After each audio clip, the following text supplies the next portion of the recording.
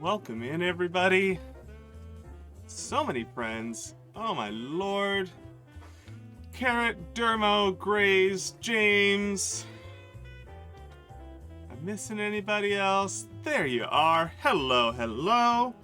How's everybody doing this morning? Hope you're all well. That's better. Oh, that's a bad place for that. We're gonna put that slightly further out of my reach. I almost did the artist thing. Hi, James. Oh, hi there. The TobyBup emote. I hope people enjoy the TobyBup emote. I was taking some photos the other night. Almost did. I grabbed the... It's fresh water, but the cup is kind of dubious, so that wouldn't have been the best thing. Yeah, so today we're going to be taking a look at the result of the 3D print from last time, because it's very satisfying and just is begging for a coat of paint. And I don't really have the mental space for much more than painting today, so that's okay. We're going to do some painting, and then I'm going to play some D&D later, and we're going to just kind of relax a little bit, I think. We're printing some stuff for my capstone project right now. Tomorrow we're going to be doing some testing. Sandy, welcome in. How you doing, friend? Yeah, we're going to be doing some testing tomorrow. We've got a test rig that we're going to do some force measurements on to make sure that we have the motors and the cylinders and everything all size appropriate to get the forces that we need. And with that size, then I can make sure I have my motors ordered. And once that's going, Sandy, thank you so much for the resub. 3 beautiful months together. Thank you so much. Greatly appreciate that and just your support in general. Yeah, we've done some mini painting on the stream before. However, look at this gorgeous thing. So this is what was on the printer yesterday, was these 3 pieces. And, like, this thing is just stunning. Like, look at this. I did take the time to pop the cap off of this thing, so I should actually be able to get a good focus on it if I fight with it. So we'll see what we can do. We'll make sure that that camera is nice and focused. I didn't have time to print a focus wheel for it, though. So, for anybody that's not familiar, a dice tower is the accessory everybody thinks they need, but nobody actually needs. So, what it is basically a ramp of some sort, some kind of tumble, stairs, sometimes it's opposing platforms, something that's going to toss something around a bit, and an output and an input. So, you take your dice, and you roll a 14. Or an 11. This is by far the nicest I've ever seen. Normally, like, I had yet to be... Oh, that's a good start for words today. I had yet to have seen a dice tower that made me go, wow, I need that, until I found this model, which was actually a free model that came off of a Kickstarter. Somebody was making these kind of models for... There were some really cool ones as part of the Kickstarter, but this is one. And for anybody that cares, it is made by a company called Mythic Roll. I'm not going to use their model without at least telling people that that is what exists. Very nicely made with considerations for filament 3D printing without looking obvious. So some super interesting stuff. So, like, for instance, this is a lovely staircase that goes all the way around, right? Now, most people, the way they would model that would basically be like this. It'd be a rectangle that sticks out on the side of the building, right? Now, that's generally not how we actually model things, actually build things in real life anyways. However, it's oftentimes how things get modeled at this type of situation. But you'll notice that they actually put these really lovely... I'm not sure what the term for this architectural feature would be, but basically put this lovely support here. And it's at such an angle that it basically supports this whole piece And the inside of here is all filleted and nice, so there is no actual crazy overhangs. Yes, this is indeed PLA. I do most of my printing with PLA. People say that it's not strong enough. Generally, it's just make sure your printer is getting good interlayer adhesion. There are some things other materials are needed for, like I printed in PETG quite often. PETG is a little bit better for impact resistance. Nylon, if you can actually print with it. My resin printer is actually, it's actually running at this exact moment. But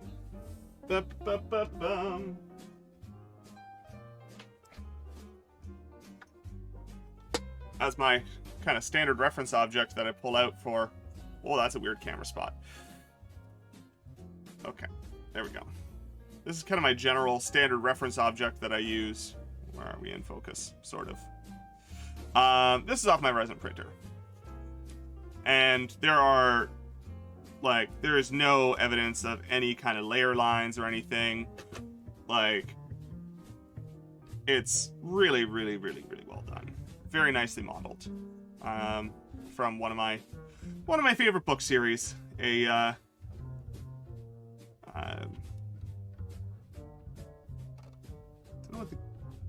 Don't know what's on them. I think maybe I didn't get all the resin off it when I washed it. I don't know, but that's okay. Resin I'll get eventually once I start making my pops. What is a pop in this context? All right. Oh, Funko Pops. Ah, okay. Gotcha. That makes sense. Oh no, I still would have been completely lost. Funko Pops are well outside of something that I have kind of looked at, so.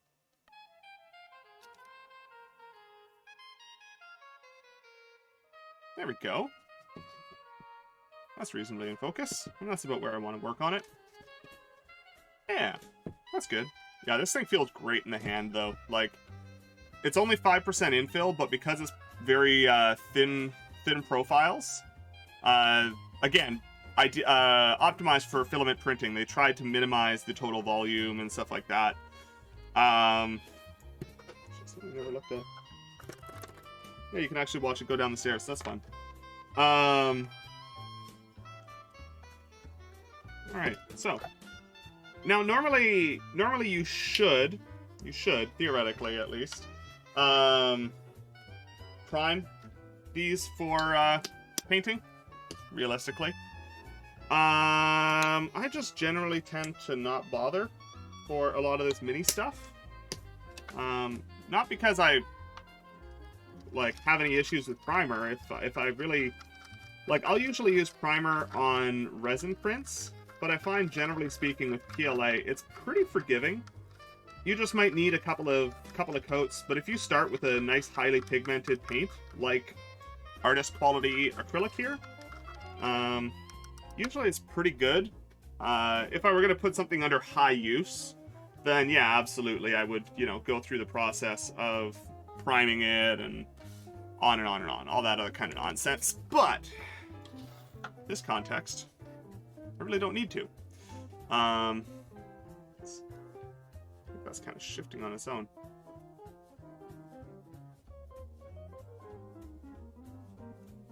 Okay, I think we're good. And as far as the question I saw earlier in chat from James, as far as what I was doing in the kitchen, I was making some beef stew for later in the day. Because after stream, we're going to be playing D&D, and not going to have a whole lot of time to make dinner later. So we're just figured I'd get some dinner on the go, something that can sit there for the next 6-8 hours without needing any intervention, and it would be lovely. Ideally, I would have probably printed this in something like black. However, this does give me a good indication of where I have and haven't painted. This first coat is fully just to give the rest of my paint to stick on. Just gonna flat paint the whole thing, and Yeah, beef stew. I haven't had I haven't made a proper beef stew in quite a while, so our crop share gave us some good, some nice potatoes and carrots and stuff like that. So figured that would be a lovely thing to do. Now the inside is not going to be as highly painted as the rest of it, because I can't reach most of the inside.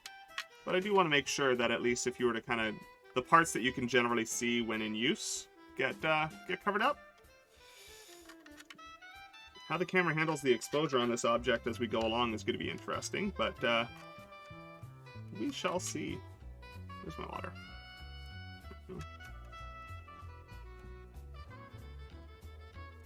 Especially on this first coat, don't be afraid to put a little bit of water on your brush. Help it get into all the nooks and crannies, especially if you haven't pre-primed it.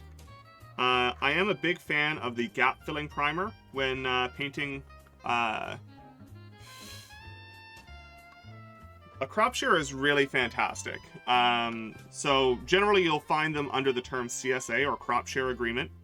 And generally the whole idea is during the winter, you give them a big chunk of money so that they can buy their seeds and they can look stable to the bank and all the other wonderful things that farmers can't do during the winter because they have no source of income. And then for the rest of the season, you get very highly discounted vegetables.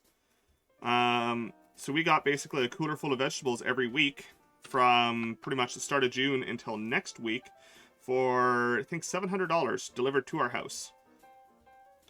And even if it works out roughly flat, for one, it shows up to your house in this case. Sometimes you got to pick them up. The place we wanted to use, you got to pick it up, but that's okay. But the other half of it is you don't really have control over what vegetables you're getting. So if you enjoy kind of messing around with different cuisines and you don't, you know, if you got like crazy food allergies or something, you know, it might not be the best thing, or you got to communicate that appropriately to them so they don't try and poison you. But you get different vegetables that you might not normally use. Like I almost never buy kale, for instance. Never buy kale. It's just not really my thing. I don't really like it as a green. But last year our crop share kept giving us kale, and as a result, I found out how lovely kale pesto is. So we'd just take the big bundles of kale they would give us, toss them in the food processor with some walnuts and some Parmesan and all that other good stuff, and make some kale pesto, which was fantastic. And I never would have made it, never found it, or figured out that that was a thing without the crop share. So, you know, you get that kind of benefit. Also, you know, if money is tight during the summer or during the fall, which, you know, depending on how that sits, you can actually save yourself a lot of money on groceries. And while it doesn't change the raw values of it, it does at least free up budget during the summer that you don't need to worry about, knowing that your fresh veggies are showing up every week, which is super great. Generally, most areas, unless you're in some really small area, you should be able to find, well, really small or really big. If you're nowhere near farmers, then you might have a hard time. We're kind of, we're in the city, but right by a major agricultural zone. So that made a big difference for us. And that was also true of where we were in Langley, but we never actually did get to, do a CSA out there. We just, things never lined up. We weren't paying attention when the signups opened. So, yeah, signups for those usually open up in like December or January or so. Again, it's meant to be that kind of midwinter, that winter infusion of cash. So, beef stew is fantastic cold weather food. We're supposed to be getting some slightly warmer weather this week, which will be should be kind of nice. But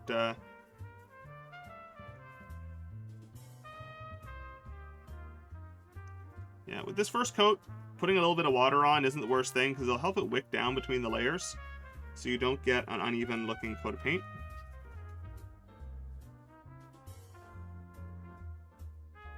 And this being white means that anywhere that I missed really does completely stand out. So we can poke our way around.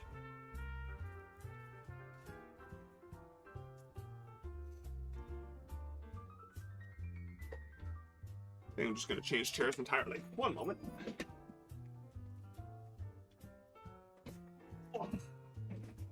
Having 2 workstations means I have 2 chairs.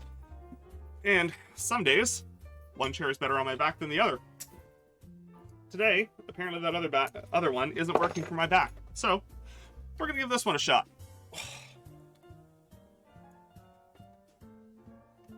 A little stretch, a little water.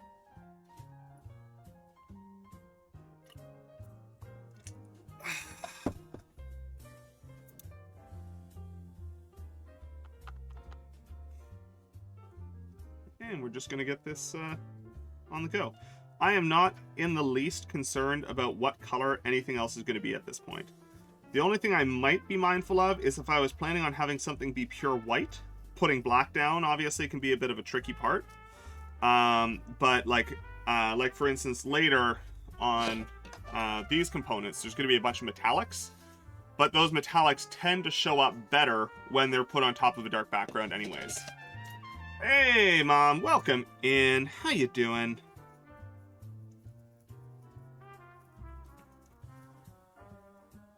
Lyra got to mock someone. I read that, yes. Yeah, that's fantastic.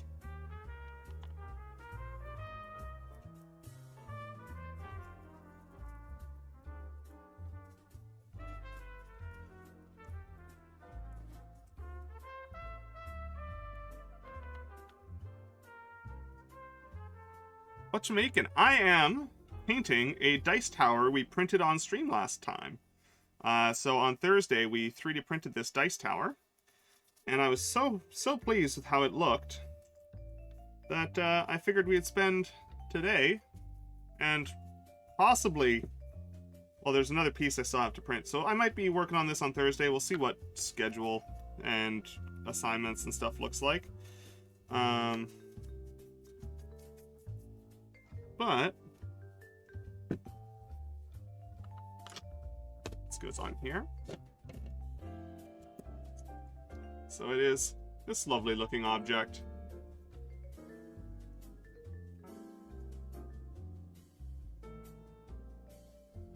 Yeah, Moth Mom. Yeah, so we 3D printed this. So you drop your dice in through the hole here. It tumbles down the staircase and then comes out the doorway down there, and then I put paint all over my desk.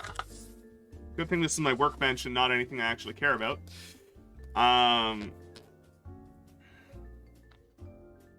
Star hubs. What's funny is my brain went to like star hub as in like the centralized location for something. And I was like, star hub of what? No. Star hub of star. Yeah, okay.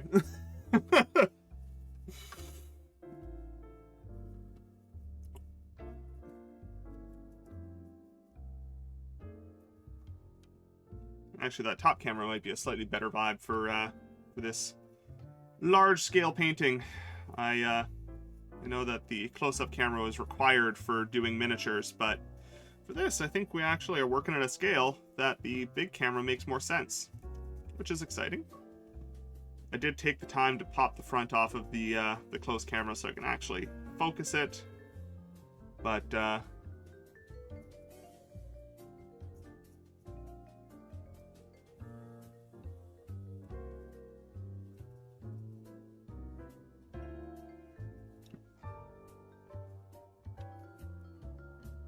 yeah. Now ire, yeah, right? Had to go find their own identity, I suppose.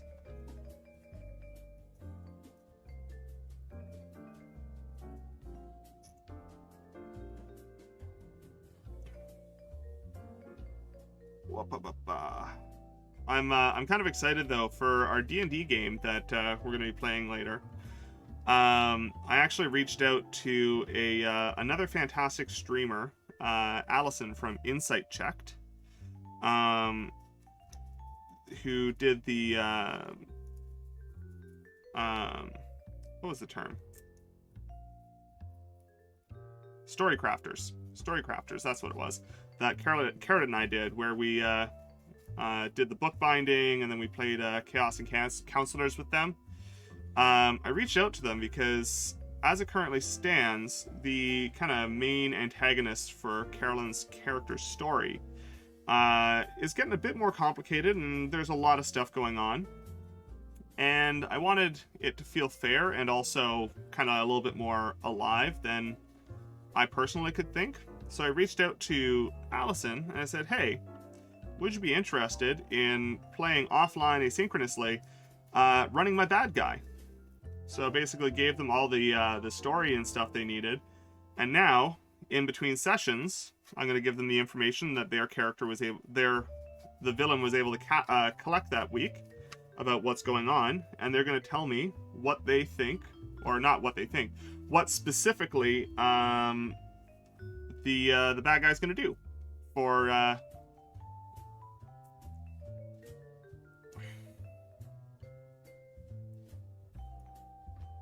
calls it 4. Yeah, I mean, Carrot is kind of evolved out of all that. Like, I called Carrot before stream, and then it just kind of became like an online moniker, and it's been fantastic, and everybody's kind of gotten a chuckle out of it. And it also works really well from just kind of an online identity, because it's distinct, it's memorable, but it's also kind of gives you a little bit of privacy and a little bit of such if you want it. I mean, we haven't been particularly secretive about who we are, but that's a whole other thing. Gotta say, the fact that this thing is a big spiral is very satisfying to paint. Just slowly work the way up the tower. Very satisfying. The nice thing is, by the time I reach the top, I should be basically dry at the bottom. But we're gonna paint all of this, then we're gonna go over, paint those two, then we can come back and start doing some detailing on this guy.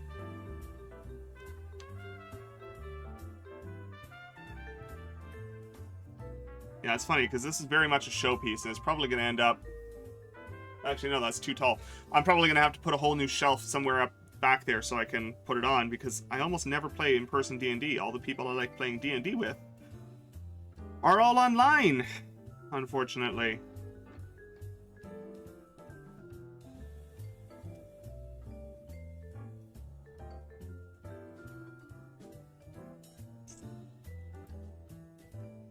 So we gotta play some in-person D&D when friends are traveling through the area. Gonna be playing some in-person D&D in a couple of weeks, I'm sure. But posture check. Ugh.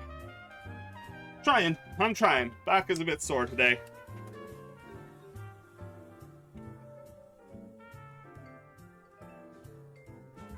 I imagine it's probably good to be back in your own bed there, Mom.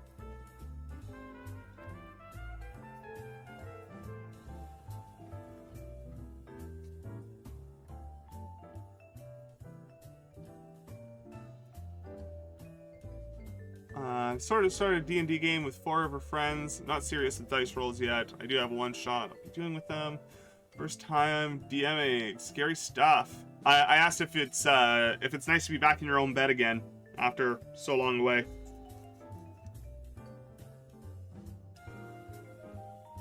The first time DMing is always super scary, but if you just walk in with the intention of telling a good story and have fun, that's it.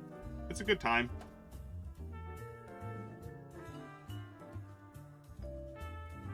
Like, that's the whole thing, right? Is like, make sure you're having a good time, make sure everyone else is having a good time, and make sure that whatever you're doing serves the story, and it'll be good. Life is all happy, Because like, the big thing to always remember is like, whatever system you're using, we'll say D&D for an example. D&D isn't a game, right? Like, it's specifically not. Like, if you look at the rules books, it's not a game.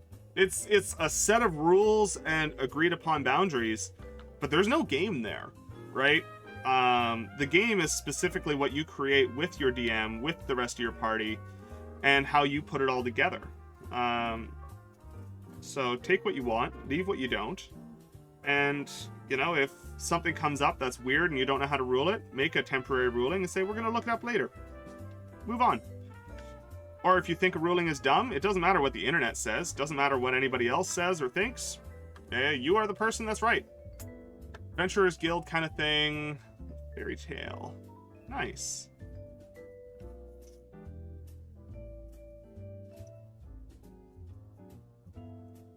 Very nice.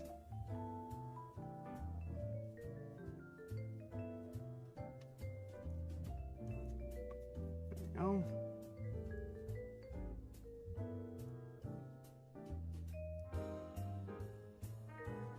All right.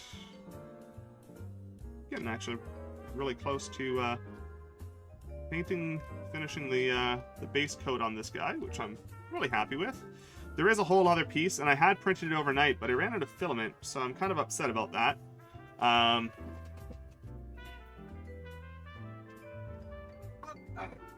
This is the whole other piece.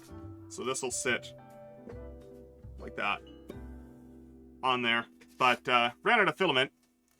But what you can do when you run out of filament like this, depending on the nature of the object and stuff, in this instance, it's going to be a thing. So I just measured this height, this offset, cut that off my model, and I've got another file ready to go to print. Oh, hey, buddy.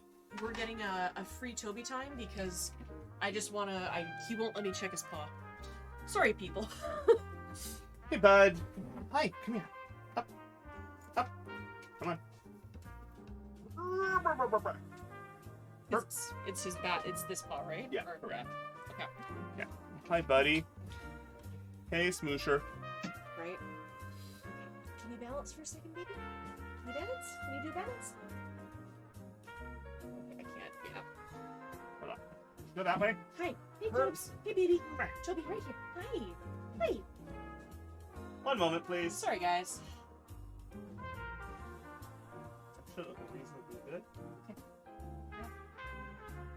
think they're probably eating the boot off. Okay, sounds good. Yeah. Right. Sandy, thank you for the gift sent to Nightbot. Oh, thank you so much. Hi, buddy. You had a really good treat day, my friend. Ah. Have you unmolded your dice yet? Yeah, I showed them to you earlier. Oh, sweet. Yeah, but I have not put anything else in. Bricks with Justin, welcome in. How you doing? Hello. Hey, bud. Yeah, Yep, I left the molds empty. It's been about 5 minutes. Yes, you are correct. Hi, bud. Hey. Did you have a little play? Did. Yeah. We had a little bit. You had a little play with your best friend? And then a rabbit jumped out from underneath the deck. With the two of them out? The two of them out there. Oh my god. Here's the thing, though. That That's could a have gone, kamikaze rabbit. that could have gone really badly because the Layla was at the far corner of the far side of the deck, so she had extra space to go, and of course she's not speedy. Mm-hmm. He was distracted by Layla. I don't think he actually ever realized there was a rabbit in the backyard. Oh, thank God. Two apex predator in the backyard. Yeah. So Layla started booking it, and Toby basically body checked her because he thought that she was just coming over to play. And the rabbit beat them to the fence by half a yard. It was not close, I'll say that. It looks really good. Yeah, right. Yeah. It My God, that rabbit, absolute death wish. Yeah, with two two apex predators rolling around the backyard, you're gonna make your break for it. Yep. And I mean, Layla flushed it out, I'll say that. She was over there, basically, you know how there's that little bit of that, hole where, the drain pipe is? Yeah. She was shoving her face in that. She flushed the rabbit out. Sorry, for those of you who are new to this stream, we have our deck seems to be, the favorite place for a whole pile of rabbits, and I'm very sorry to the person with all the rabbit emotes in the chat. Our dog has killed one of them, and he has been very, very, very close on a lot of others, because unfortunately he's a husky, and his prey instincts are even though he is not an apex predator, he thinks he is. So, Yeah. Yeah. Yeah. That's Jones. Sorry, Grace. Yeah. Anyways. Alright. I'm gonna go do dicey things, I think. Absolutely. Yeah. Molds are empty. Exactly. The pressure pot overnight went from 50 down to 35 over the course of about 16 hours. So I gotta test it. Not the small one, but the new one. Okay, I was gonna say I'm like pump that thing up to 50. Oh God, no. The new one, the metal one, the one that the wonderful supporters in the chat right now made possible. Nature is a thing. Thank you. Yes. But Thanks for hanging out, Mom. anyways. But yeah, so should be able to use the new pressure pot soon. Might be using it to do dice molding first, though. Okay. So use the. Yeah, just use the normal one. Yeah. Yeah, I'll run you through how to use the other one later. Yeah, nature is the thing. You'd swear that we never fed Toby with how hard he goes after nature, but you know, it is what it is. And they told us that when we were getting him, that he has a very high prey drive. We actually had to sign a paper saying that we'd never have him off leash in an unfenced area because we likely would never see him again.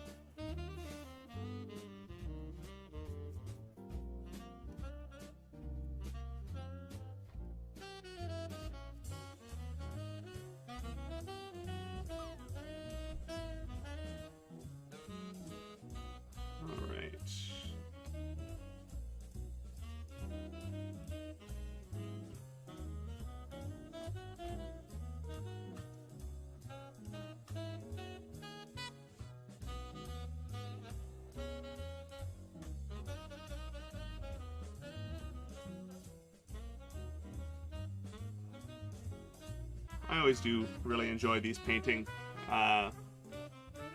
streams.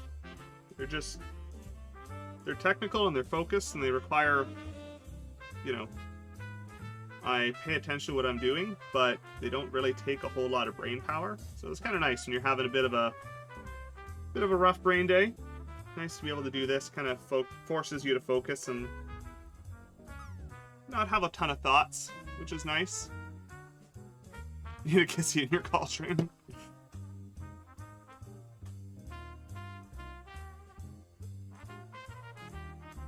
Can you do it? Not quite, eh? Not quite.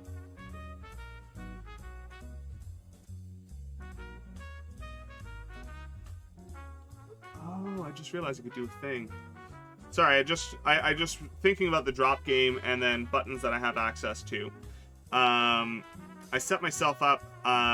Actually, there's a couple of people here who haven't seen it. I set this up for myself, which is super awesome and exciting.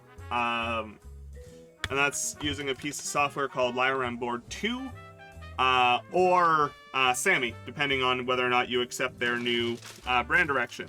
And I was super afraid of it for the longest time. Thought it was super interesting, but didn't think I was going to be able to make it work. And then over the between Saturday and Thursday, I took the time and installed it and saw what kind of it would take. And it actually was really straightforward and easy to set up, which was phenomenal. And one of the things I did set up was a Q drop button, because it just sends a command in chat. But the big thing that always happens is whenever I set a Q drop, I always forget to run the start drop command. Roth did need some salt. Master Damon, welcome in.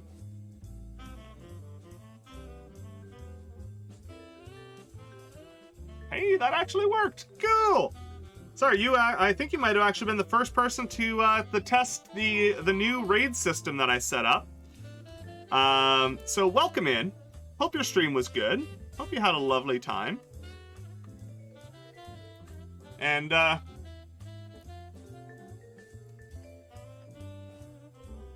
welcome in, Aura.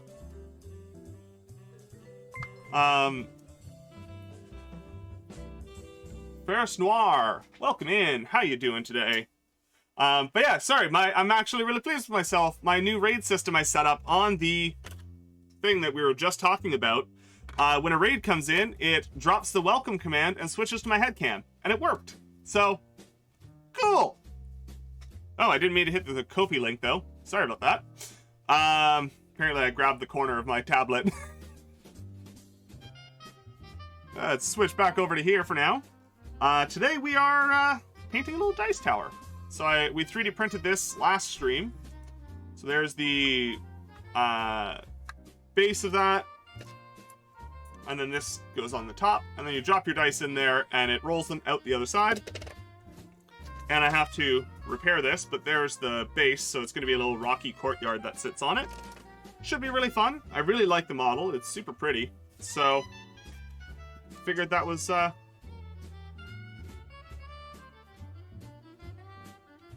one or bad one?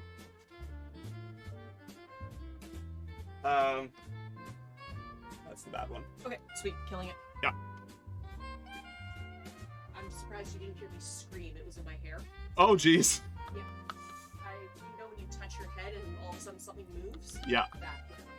That. Sorry, Carolyn just came by with apparently a bug they found in their hair.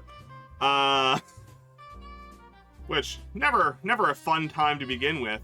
But specifically to confirm whether or not it was what the bug was, because in this area we have a small number of ladybugs and we have a large number of the Japanese lady beetle, and they look very, very similar, but the Japanese lady beetle spot pattern is different and the shell color is a bit different, and the Japanese beetle is super invasive. The invasive stinky ones, exactly. So she was just confirming with me that that was indeed the invasive stinky one before, because if it was the good one, it's put it outside. If not, well, that you picked the wrong hair to get stuck in. Yeah,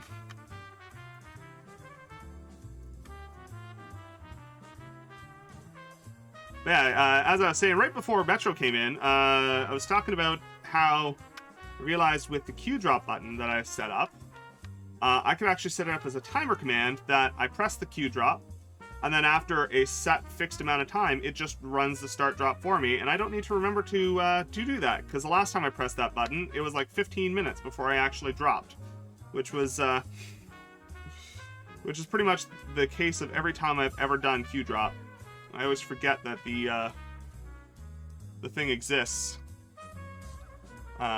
Taking events plants, now we got bugs. Yeah, there's a whole bunch of. Also, one of the big problems is the one of the major crops that Japanese lady beetles really like is soy. And well, what's one of the most profitable cash crops right now? Soy. So, thank you so much for the follow.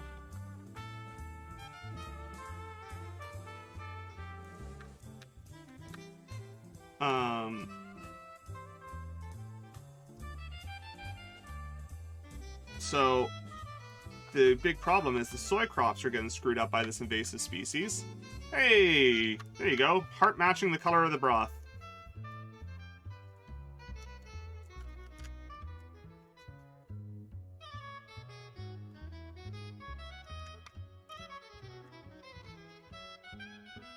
It's green, that was the reason.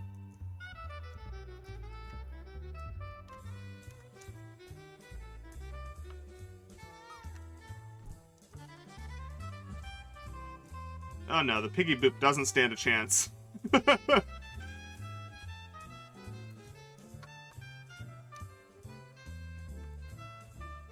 I have not been around any time that the hype drain's been set up to do the piggy boop thing.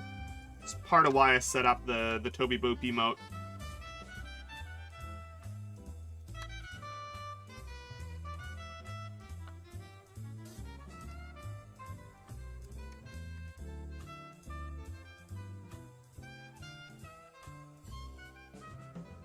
Pops just sent Piggy into the pot.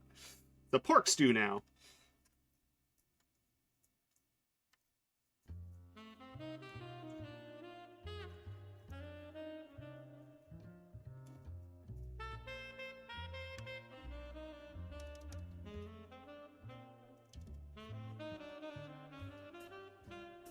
let's leave that. We'll continue working with our hand inside the tower for now.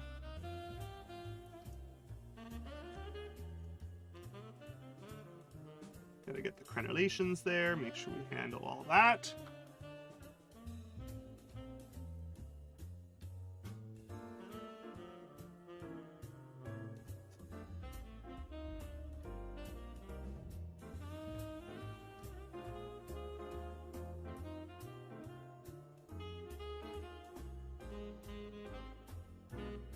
Alright. It's actually going a little bit quicker than I was anticipating. Painting an object this large generally takes quite a while. And obviously we haven't even started on coloring, detailing, or anything, but just it's a lot of surface area to cover. Put myself in a little closer to the desk so I can actually do this without leaning over. Try not to fry my back. It's already a little upset today, so.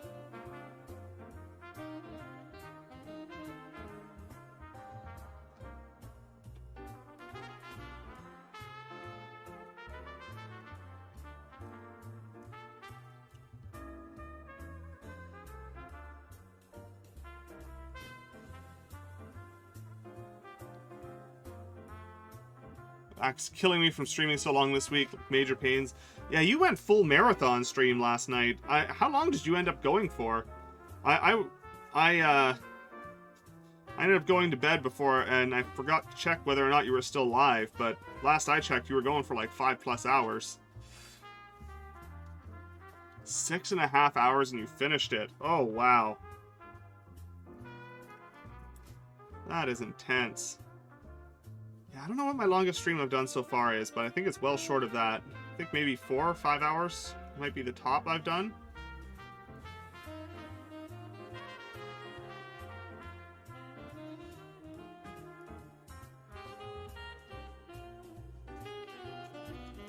I was thinking about doing some co-work studying streams here in the near future. Stream Fortnite for 8. Wow. That's a game I've literally never played. Never once. I know a lot of people who really like it, but I think part of the problem for me is I just generally don't like playing multiplayer games unless I'm specifically playing with friends. Like, competitive multiplayer games just don't...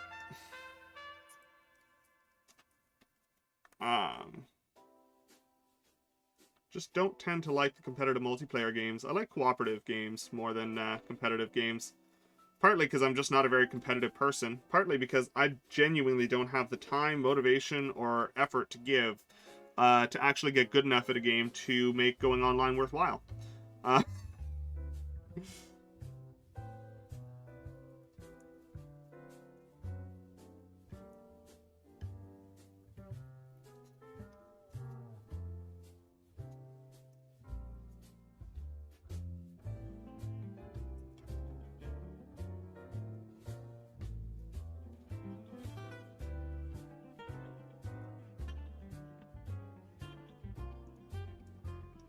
So we aren't going to concern ourselves much about this top lip, but we are going to go down into the staircase once the outside is nicely dried. Because this top lip is going to get covered by these two pieces over here. How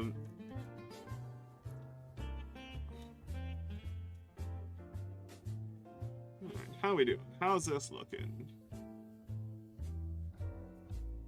Couple of pieces on the stairs that got missed.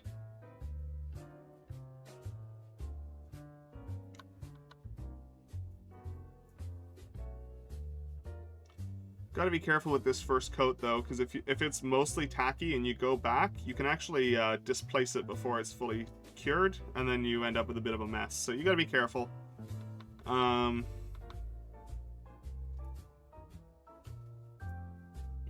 But yeah, the chair I'm sitting in currently is one of the gaming chairs that was given to me. It's pretty good actually. Better than I thought it was going to be. Still not ideal for super long sessions, but I've got 2 chairs in here. Like I said, 2 workstations, 2 chairs. Also allows me to have people over without having to make a whole process of it. And we can get all of that. Yeah, I'm pretty happy with that. All right, we're going to set that this way up.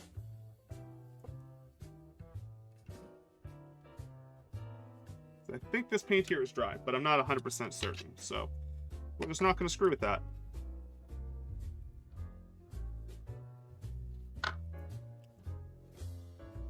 Ugh.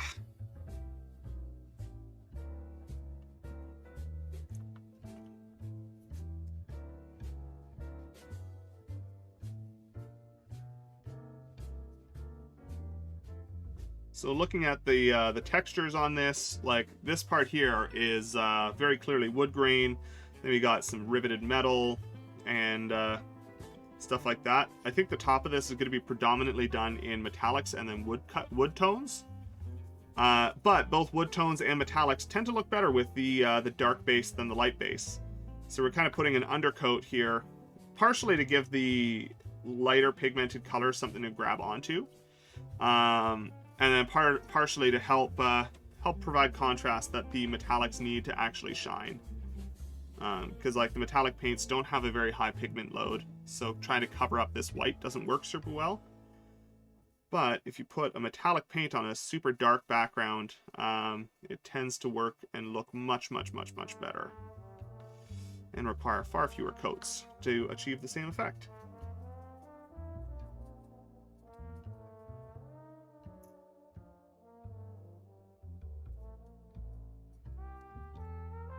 Which is kind of nice.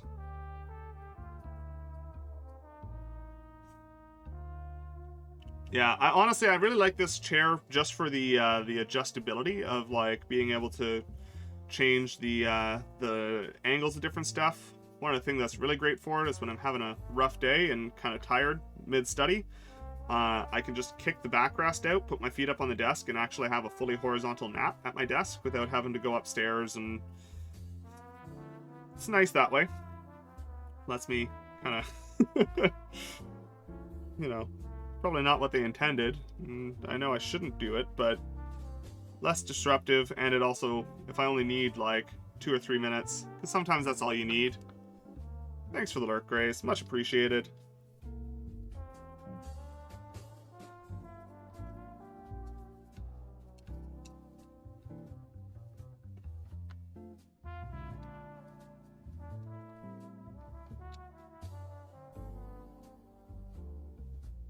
A little surface roughness on the inside here, but that's okay. That's, first of all, a very not visible location. And secondly, it's so minor that it doesn't bother me in the least. Really pleased with how my printer performed on this print, though. I haven't done anything full build height in a while, like a long while. So the fact that it kind of managed to do so, I think I understand. Not good for my spine or glutes currently. I think I need something much thicker. Yeah, I mean, we got, early COVID, we got some of those gel cushions for the seats. And Carrot still uses theirs. I found that it wasn't super great for me, but Carrot really likes theirs. So that might be a cheaper option you could look into. One of the, like it's like a hexagonal like silicone thing in a cloth bag, really squishy and very quite comfortable to sit on, but it does obviously change your height relationship with the chair, which was for me the bigger problem.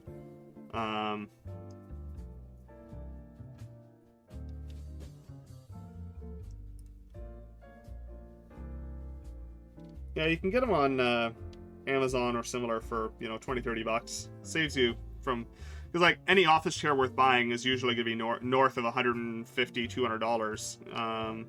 Anything less is going to be a stopgap, and that's terrible, but kind of a little bit more the reality than we want to really admit.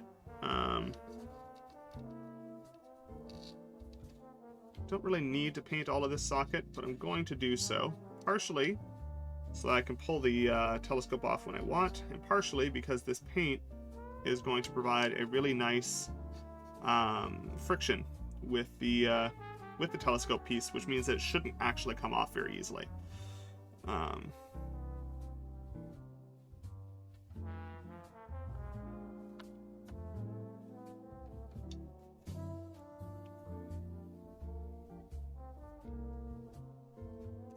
After the testing that we're going to be doing tomorrow, we were originally going to do it tonight, but some design pieces got pushed back, and not all the pieces are fully ready for a test.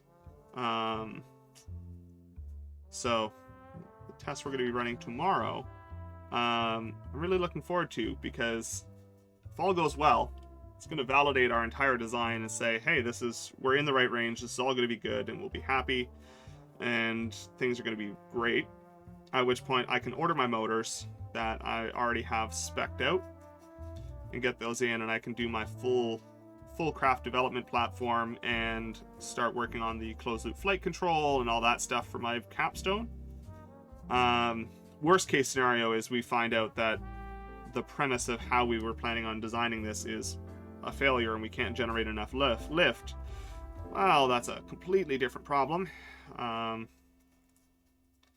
like we got 4 rotating cylinders, we're going to be testing 1, and our whole craft, we're aiming to have it somewhere in the 2.5 to 3 kilo range.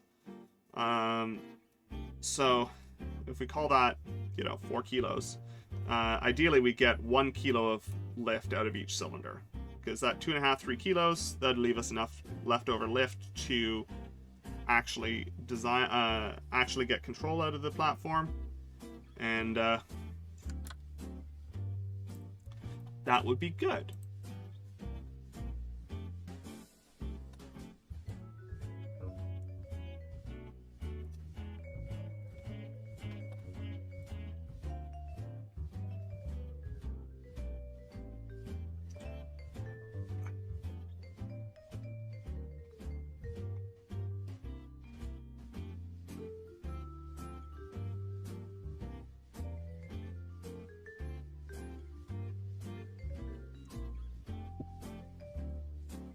Oh, didn't realize how thirsty I was there. Much better. Much better.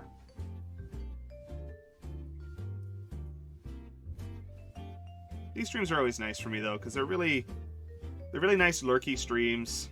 I just gotta kind of hang out and chat. Don't need to worry about technical accuracy. Don't need to worry about screwing something up or people getting bored because I have to do a different task for a while. This is it.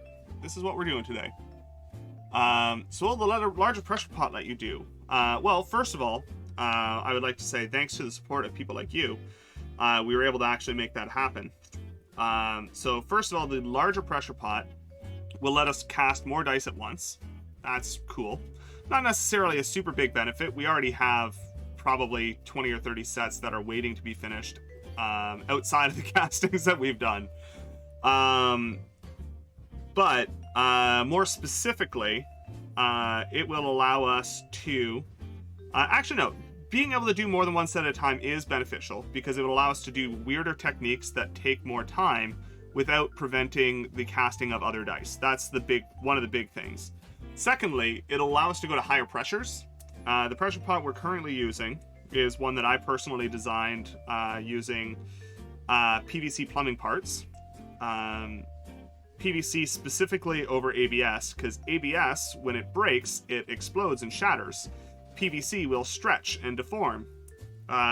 So if you overpressurize PVC, it'll balloon, stretch, and break. If you overpressurize ABS, it will explode like a bomb. So that's one of the big things. Slightly safer. We've actually been casting with that for a while, so I'm not worried about that. But we can only go up to about 30 psi peak, and we realistically only cast our dice at about 22 psi, which crushes the tiny bubbles and stuff like that out of them. And that works reasonably well. But ideally, you actually pressurize your dice to somewhere in the 40 psi range. And as a result of that, you can get clearer dice more reliably with less issues. And because we have a larger volume, we'll be able to actually kind of mess around with some of the techniques we've been wanting to, but like the granite dice that I did, that I showed off yesterday. Actually, somewhere. There. Like these guys here, you know, this was 3 casts. This took basically 3 separate casts of mix, cast, pressurize, depressurize, mix, cast, pressurize, depressurize, mix, cast, and then put it on again. So this took 3 pouring cycles, which completely tied up the pressure pot. Given it was a little bit warmer, it basically tied it up for, I think it was about 26 hours to cast this set of dice. That's a bit of a problem, because obviously we want to make other dice and everything like that. If we had a bigger pot with more than 1 mold, we'd be able to do weird sets of dice like this without it being this big massive process, because you would just add on to it while you're doing the other one. It would also let us do, like the Northern Lights set, for instance, was super popular. People really wanted it and found that was very desirable, and fair enough. It's a really pretty set. What it would allow us to do is actually go in and say, all right, well, this is a cool set. Let's take 4 molds and cast up 4 sets of this that look consistent and have a reliable vibe that people are looking for. Because every time you mix colors, you're never going to get the same color twice. You can get close, but you're never going to get identical colors, right? So like those Northern Lights set that were up on the store that Carrot made, that's it. We will never make that exact set of dice again. We can try. We're going to try. We're going to make similar dice. But that specific layer, that specific color, all the other details, very, very hard to do set over set. So if you're doing multiple sets at the same time, it allows you to mix up more resin, which makes the system a little bit more stable. And then it also allows you to be really consistent with your coloring. I got distracted and I didn't ever actually make it to the dice.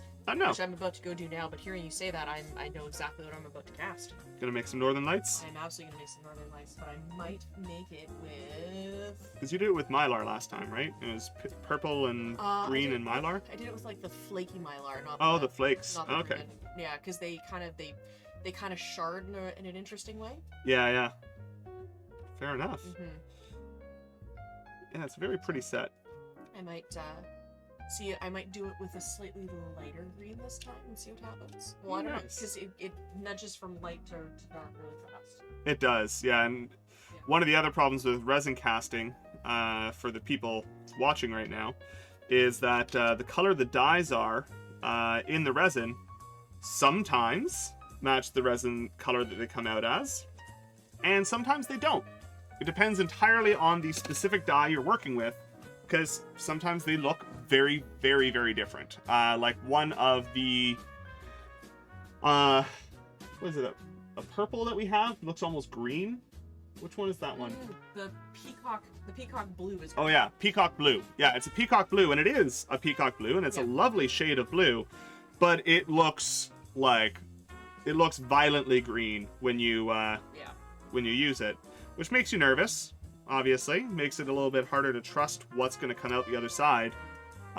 So it also makes it harder to estimate what's going on, which is why a lot of dice makers will they'll have a formula book of like, for this volume, I used X number of drops of this color and X number of drops of that color, and I mixed it for this amount of time. And honestly, I need to start doing that, because I used to be able to keep them all in my head and be like, oh, this is my thing, but nope.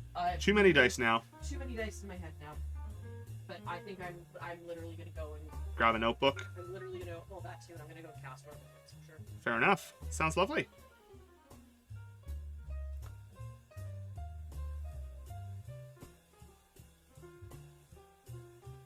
But it actually just so happens that the Dice Shop launch happened to coincide with a sale on one of the major components of the pressure pot system that we wanted to do. Which basically meant that not only did we actually have the justifiable funds for it, we actually had slightly better deal on it than we were anticipating, which is super cool and fantastic, and very, very, very pleased with that. I think I'm going to do the lens of this in a like a lighter blue color. So I'm still going to cover this, but very lightly. I just want to give everything else something to stick to, but it's only going to be a very thin coat on this part. And while it probably looks all the same in person, on camera, in person it looks a little bit different. So move that over there. All right, this is marginally sticky. A couple of spots that are still have kind of pools of paint on them. Let's just knock those down a little bit.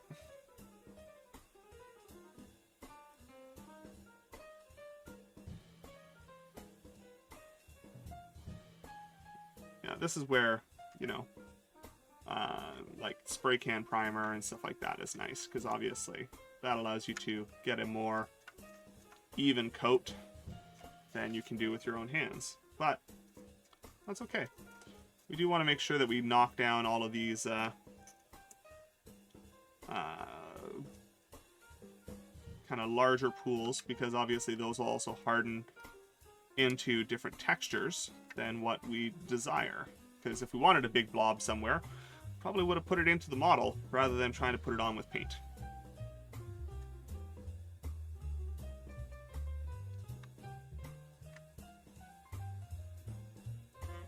Yeah, Sandy, you were talking about custom Funko Pops. It's kind of funny. Clever and I were literally talking about that when they were out for the visit over the other week, and they were saying how apparently Kaz really likes the Funko Pops, and how he'd really love to get one that looks super cursed. And I'm like, well, you can make. I'm like, there's a whole community of people that make custom ones. And we could like paint it to look like a hee-hee and do the whole, make it look really crazy. Which then ended up leading into the conversation of whether or not hee-hee is a predator or prey for forward-facing or side-facing eyes. So if you saw that train of thought, that came out of that conversation, you're welcome.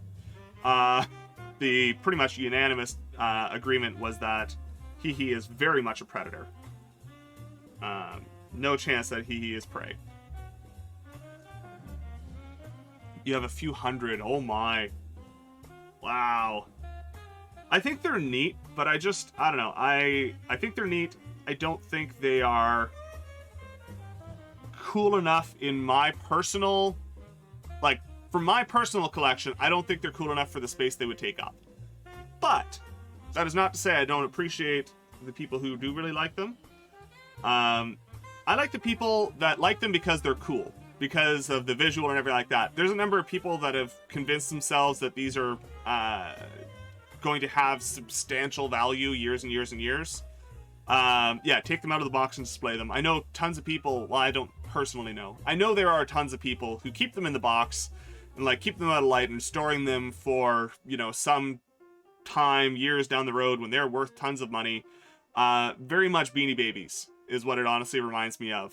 It's like, Beanie Babies were cool. There were some really fantastic designs. There were also people that were convinced that they were going to make their fortune if they could just hold on to them long enough. But don't think that's a very likely outcome.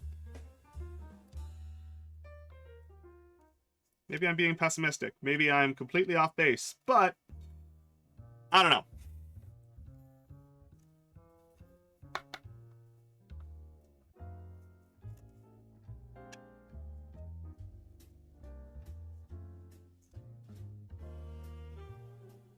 Yeah, I just don't have a whole lot of extra space is the big thing.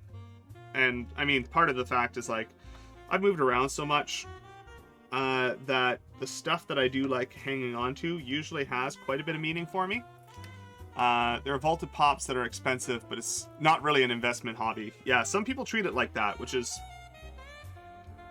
you know. Yeah, I don't know. I know I'm poking at some very sensitive topics for people that are actually into that hobby, so we'll... But for me, the big thing is, like, I've moved so many times that for me to maintain a collection of something, it usually has to be something meaningful, right? Something that I actually put a lot of value in. Yeah, the hurricane stuff is wild. You guys got really beat up there.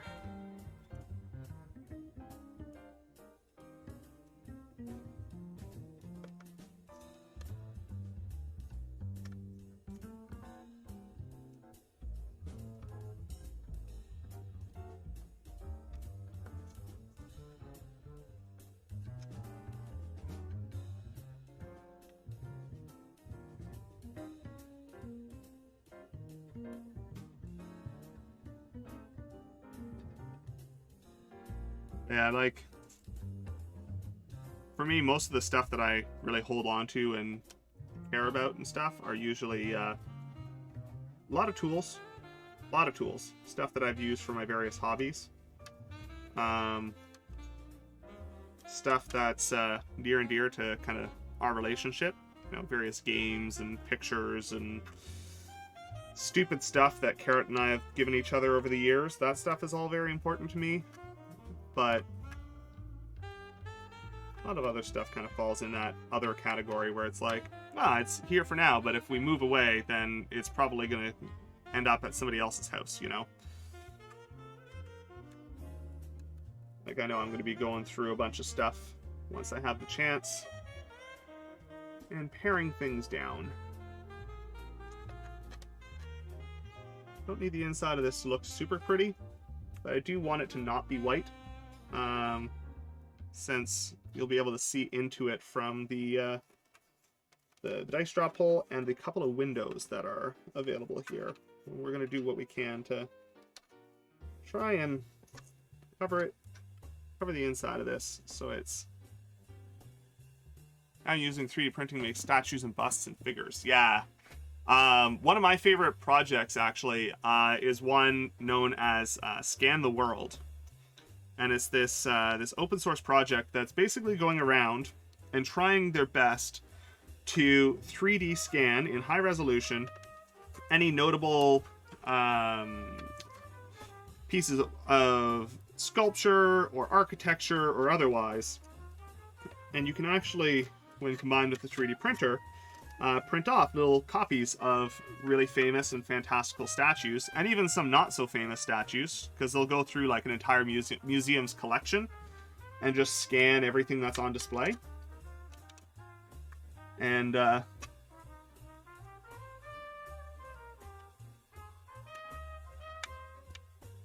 need to figure out how I can find someone to scan an existing figure so I can enlarge it. It's a custom, so an STL won't exist. So there are scan an existing so you can enlarge it. There are some softwares that you can actually do. I'm trying to remember. Hold on. I think I actually have it bookmarked. Let me go look. I think I actually have one bookmarked from a recent discussion I had about it.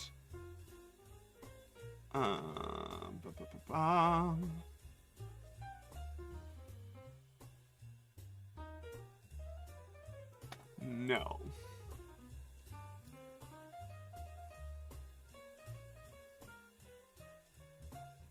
Oh, I think I might have found it.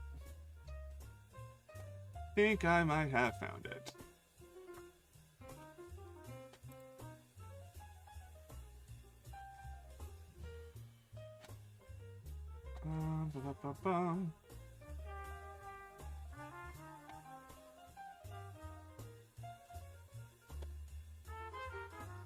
Here you go.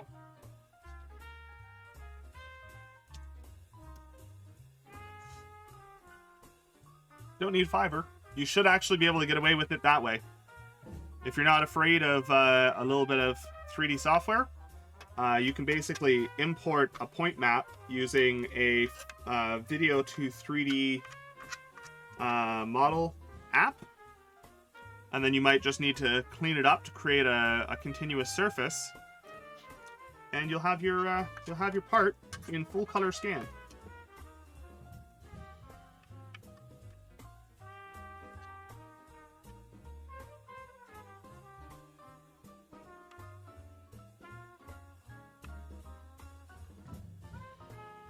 Honestly, most 3D software is pretty straightforward. There's a lot of tutorials out there for them, so it's not generally too bad.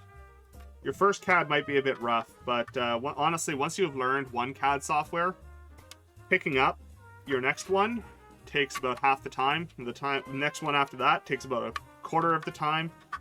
At this point, you could probably put me in front of most CAD software, and I could figure out basic modeling in maybe 20 minutes without any tutorials, most likely.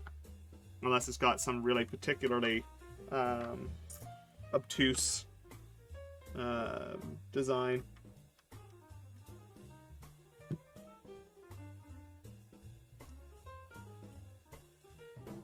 The Meshroom.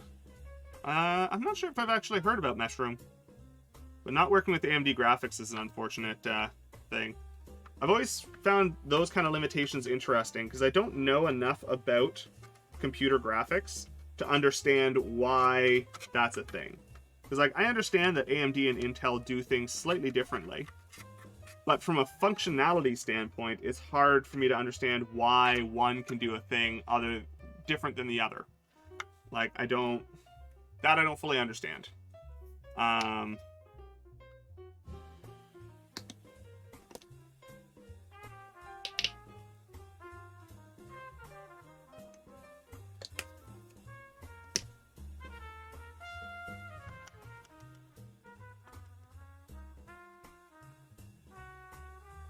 But that is more of a lack of my knowledge and lack of caring to actually look it up, really. Like, I'm sure that somebody out there has done a description of why something or other can't do the thing that the other one can, but it's an interesting problem for sure.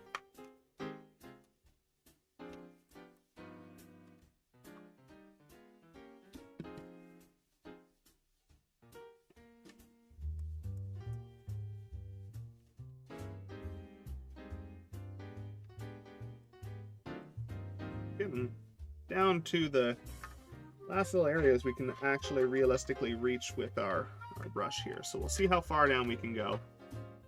Then we'll probably go down to the door and see how far up we can go, but I don't think that's going to be very far. Still no audio, but I needed to do another listen. Fair enough. I totally appreciate that. I haven't had the opportunity to actually sit down and listen to Danny's album yet. I desperately want to listen to it with a set of headphones on, though. I think that's what I'm going to be doing while I'm studying later. Got an energy systems midterm this coming week, and I am woefully underprepared for it at the moment.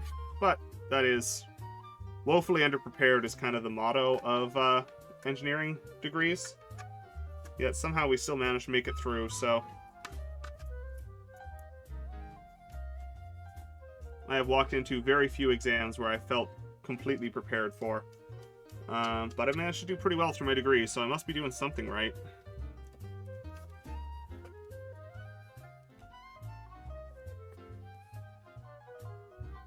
Don't know if I could listen while studying. I mean, that's fair. I usually listen to, like, Critical Role and that kind of stuff while I'm studying. More for the conversation and stuff, but just for the background.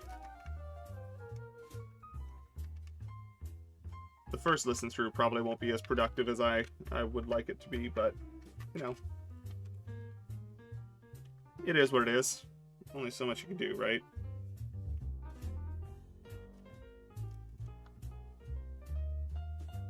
Yeah, not a problem. I hope that it provides you what you need, and especially with the cost of free.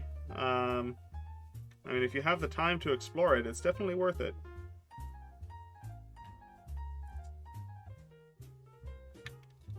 This brush is just such an awkward diameter for this particular task, so we are going to swap out brushes to something a little smaller. I'm going to keep this one on standby because we do need to do more with that yet, but grab one with a slightly smaller slightly smaller ferrule on it. This one, Would it be better? Oh yeah, got a lot more space with that. Much motion they had, not conducive to productivity, but maybe after like 100 lessons. Fair enough. Yeah, I was listening to some of the stuff last night and it sounded fantastic. I didn't get to hang around as long as I wanted to, but I was just absolutely bagged. I was too tired to keep pretending like I didn't want to go to sleep. So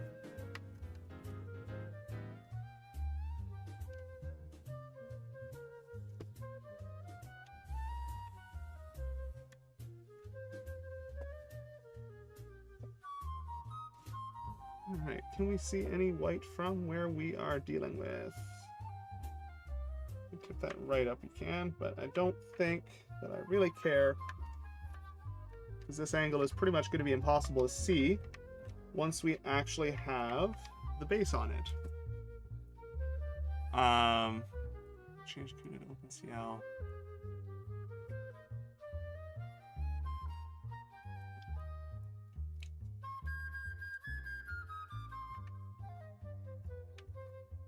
Give me one moment so I can actually quickly look up what the heck you're talking about, and then I might be able to intelligently engage with you, because I have no idea what. Like, I know what those words mean independently, but I don't actually really know what that whole sentence means as a combination of things.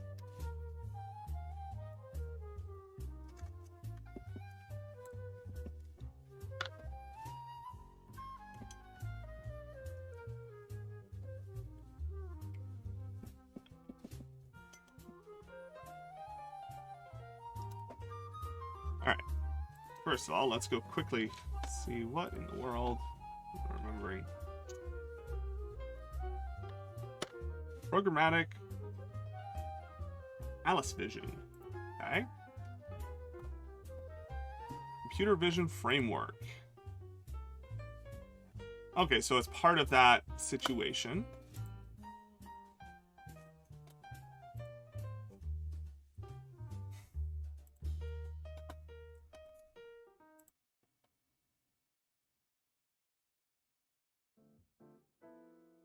Okay, photo processing, sure. That all makes sense. NVIDIA, but there's a fork of the project, should support OpenCL, AMD. Fair enough. Thank you for breaking that out, I appreciate that.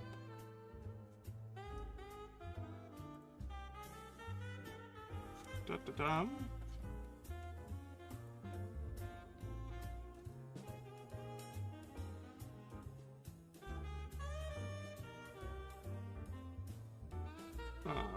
One moment.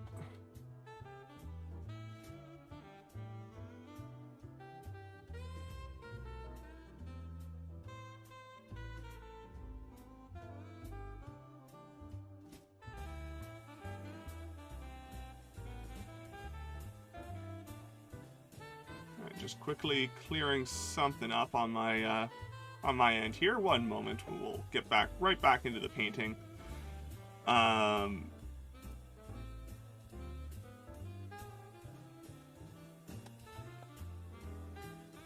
Alright, there we go. Alright, so that is looking lovely. Nice and even. All happy days. Now I need to figure out what I want the rest of this thing to actually look like. Because I could obviously do the whole thing in weathered stone, but I think this outside rim should get some kind of treatment. So the question is that, is it just a different kind of stone? Is it more of like a marble or something on top of the regular piece? How would I highlight that to make it more interesting? Over there.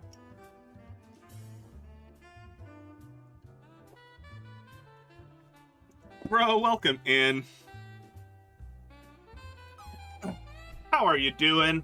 Thank you for dropping that Ko-fi link.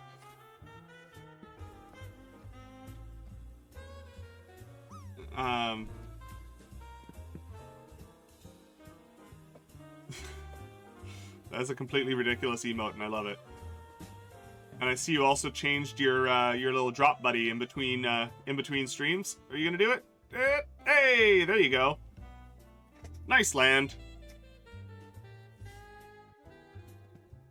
Okay, so we got that. This one pretty much dry. I think I'm gonna put that to the side for now because I actually know what I want this piece to look like. I'm not 100% sure what I want that one to look like yet. But this is very much like a mechanics kind of piece. Chosen multiple and it picks random. Well, that's fancy. That's super fancy.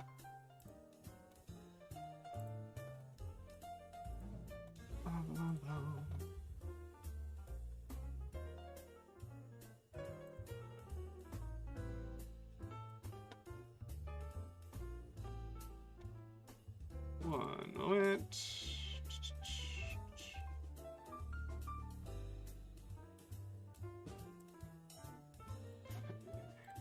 Just quickly seeing if I can find the reference image of the people that made this.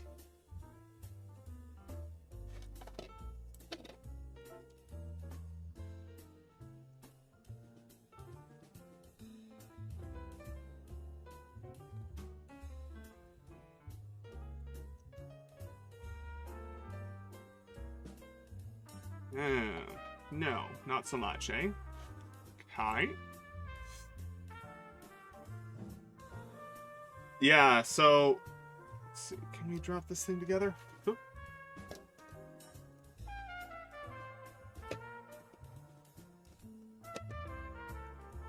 This goes on there. And this is what we're working with so far. Which is super freaking cool. Very, very pleased with how this print came out.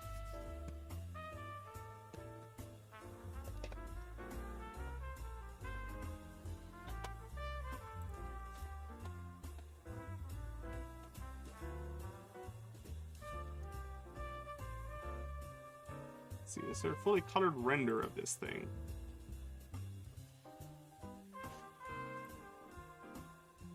Oh, see, that's a pretty take on it.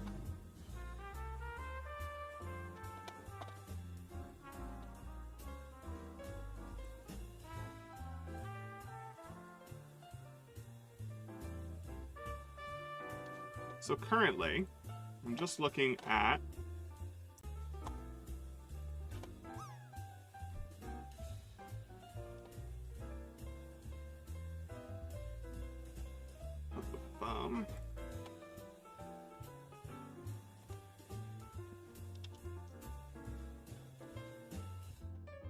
just currently looking at this, looking at what other people have done. Yeah, we got follower emotes, and Grays did that fantastic Robo Moth for my terrible mic that keeps doing that weirdness.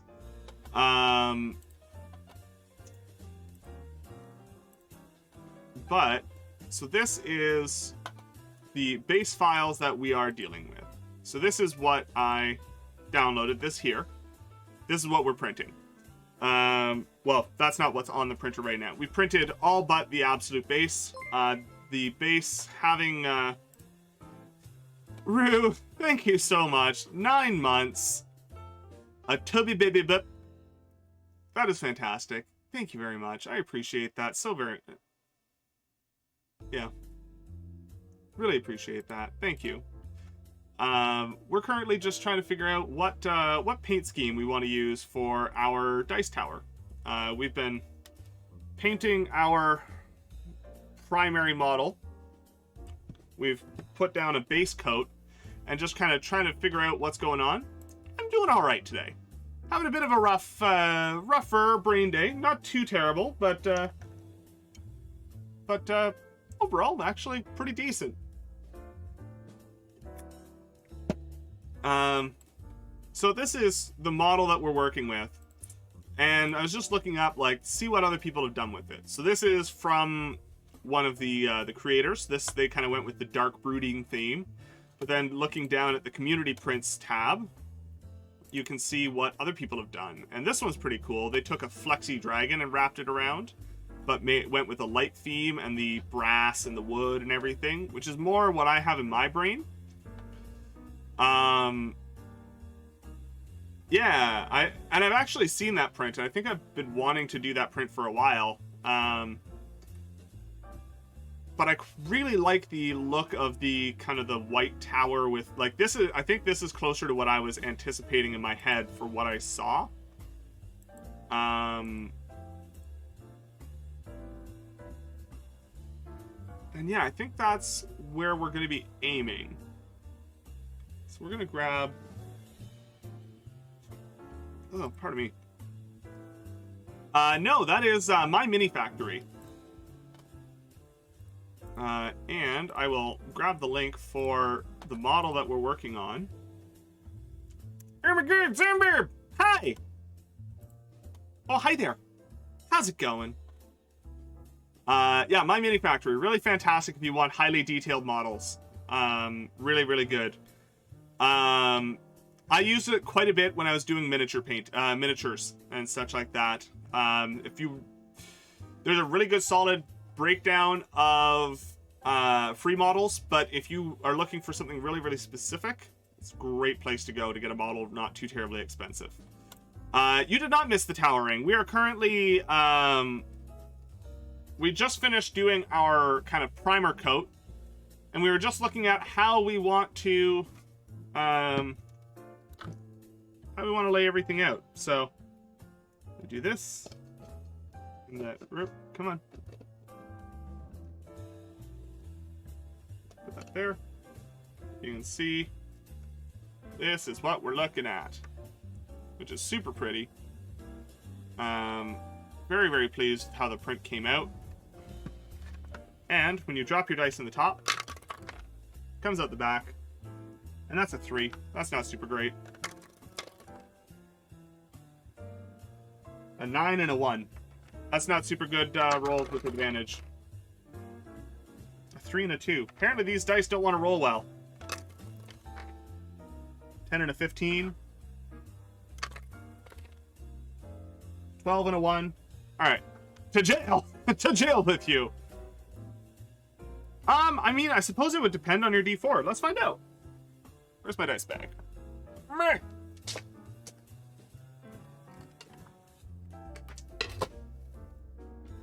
I mean, people don't generally roll their damage dice through towers.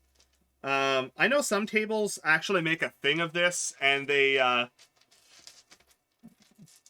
like, some tables have actually mandated their use so players can't cheat when they roll, which is a little bit stupid to me.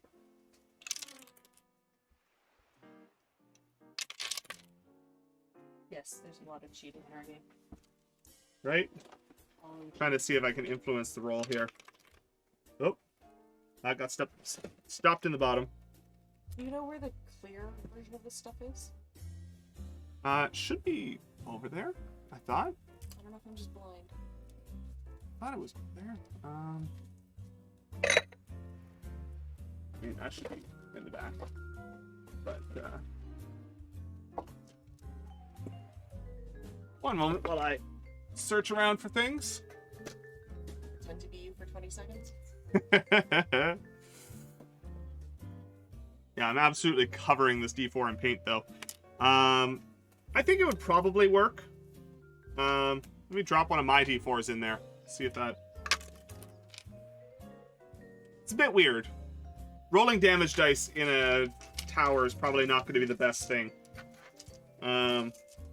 Rolling D4s is already tricky even when you're using your hand, so... But there are also different configurations of them, so some of them are just opposing platforms that go like Plinko, back and forth, and those would probably work pretty well. Give me 1 second. I'm going to go take a look for some glitter stuff. I will be right back.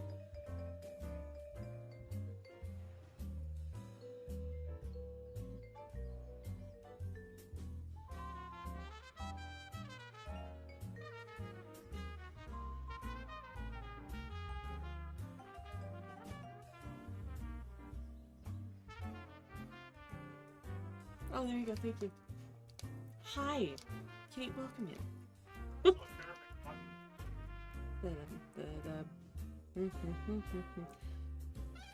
Oh, there's so much on here. What is this?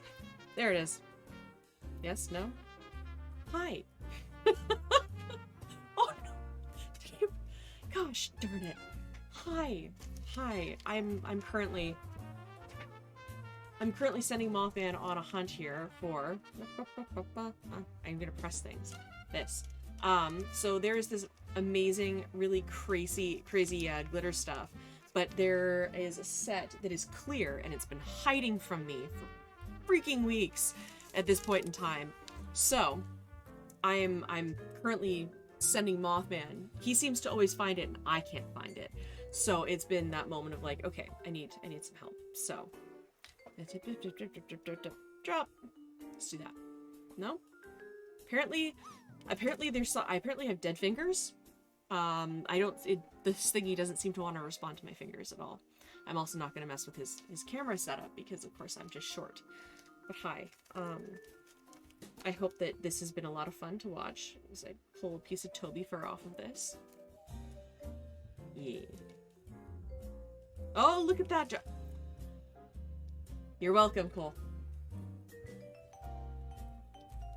Oh. I know, right? It's rigged. Either that or it's like, oh, yeah, Carrot did it, so we'll do that.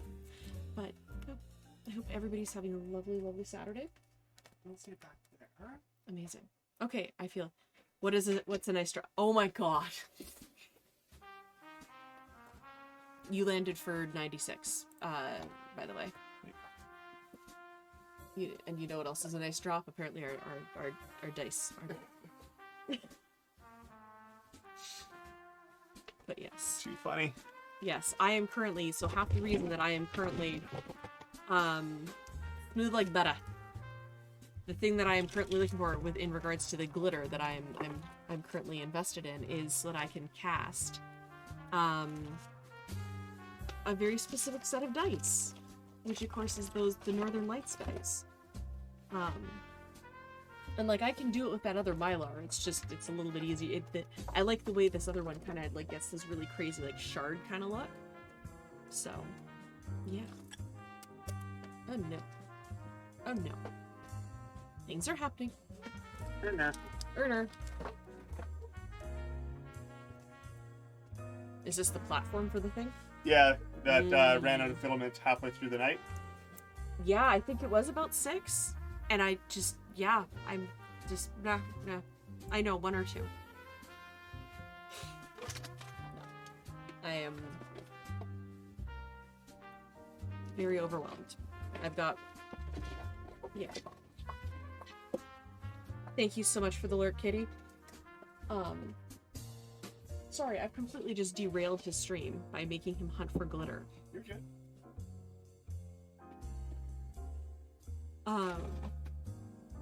Thank you. It's, like, legitimately speaking, it's one of the... We have a detour account over here? Yes. No! Is that specifically for me, or is that also for you? Yes. I feel seen. And personally attacked? Yep, Zan also responded with just a yes. What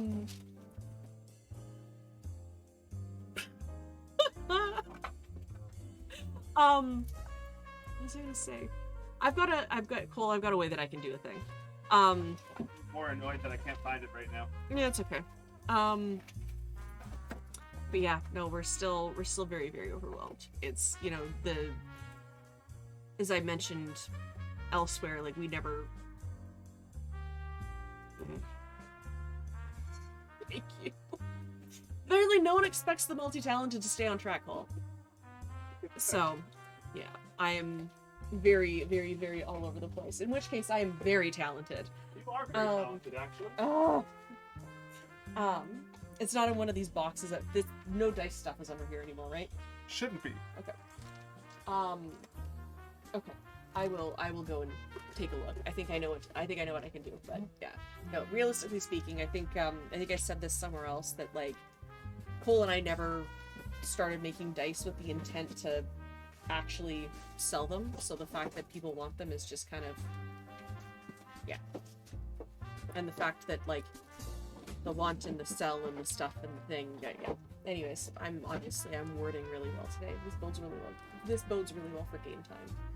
So, all right. Carrot isn't going to be present. It's going to be Waylocket. Okay. All right. Maybe check the table upstairs. It might have made its way upstairs somehow. Well, awesome. Oh, Check. Here. So I got it. You go back to stream. Was that beep bop? I don't know what that beep bop was. I don't like random beep bops. Neither do I. Oh, bye. Yes. Sorry, just to wander off in the middle of it.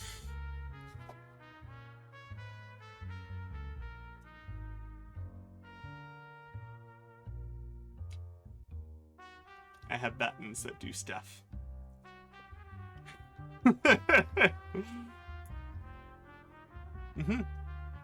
I got a very sarcastic reaction from Franco finding out they have their own button too.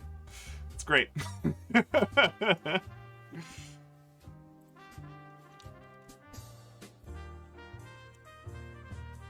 I also have that button. I don't have a dedicated button for that one, but I do have that button as well. But yeah, I think we're going to try and go for something of that vibe. Something a little bit lighter colored with kind of the, like, old school lighthouse kind of vibe. Yeah, going to steal somebody else's paint job. Yeah, because there's a variation of it here. I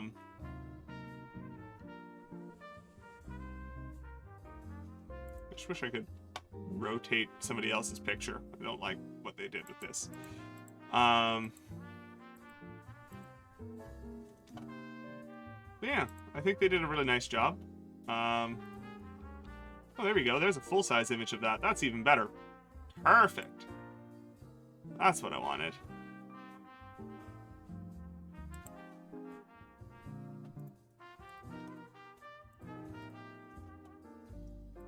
I think I cut it off even more for you because I cropped the top of my, my image so that you didn't end up staring at all my bookmarks and web bar and everything, just for, you know, general internet safety stuff. There we go. Let's bring that back until I can figure out where that top bar is. About 100. Okay, cool. 100 pixels. Yeah, I think that's kind of what we're going to be aiming for. That's pretty good. So...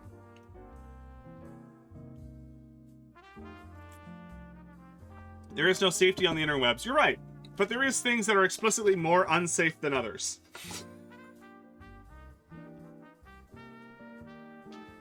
Just because you can never be completely safe on the internet doesn't mean that you shouldn't try.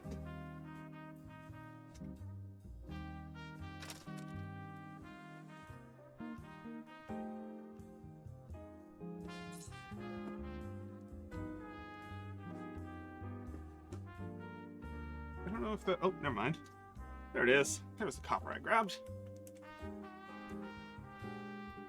Used to be safer on the interwebs as a teen than lately.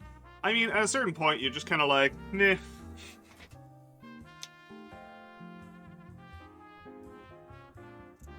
Like, there are certain parts where it's like, being on the internet and telling somebody, like, the city I live in, like, that's weird, but at the same time, like, I wear my university merch. You've got my Instagram link. You got all that stuff. Very quickly, you could very easily put together the city I live in. Very easily.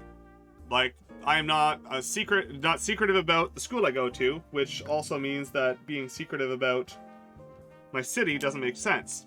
That, however, does not mean that I'm going to be telling people what my personal address is, because that is a very different thing.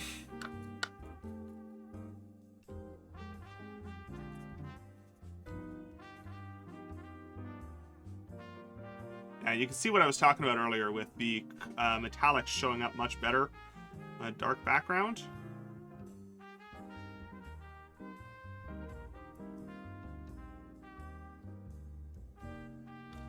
So if I just take this and spread it across the white there, almost nothing shows up. Put it on that black background though, and that pigment really pops.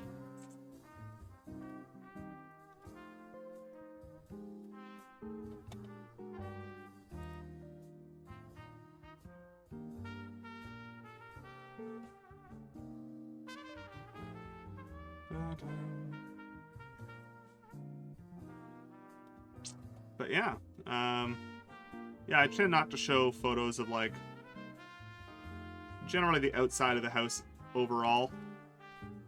It's like, let's be honest, most people do not have the skills or desire to do something. However, the ones that would are the ones that you very much don't want to have that information. So, we're mindful about that.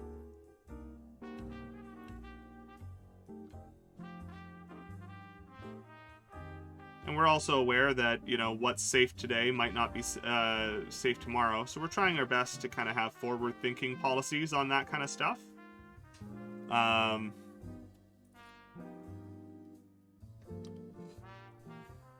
Only hands. Having met Greys, I can confirm that they are in fact made up of only 2 hands and 1 forearm.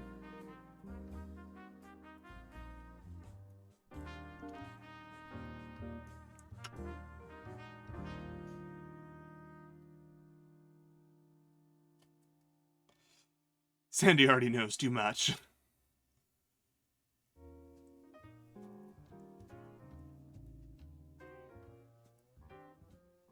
I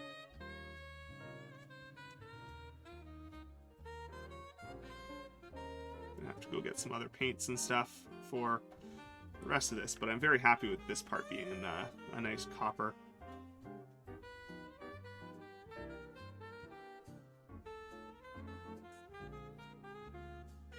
Yeah, generally you want to paint your most detailed to your least detailed, because your most detailed parts are probably going to run over, and then all the time you spent doing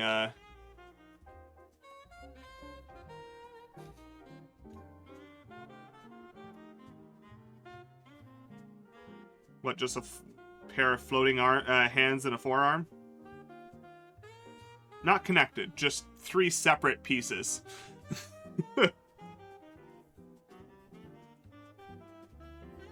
Like OG Smash Bros, the Master Hand.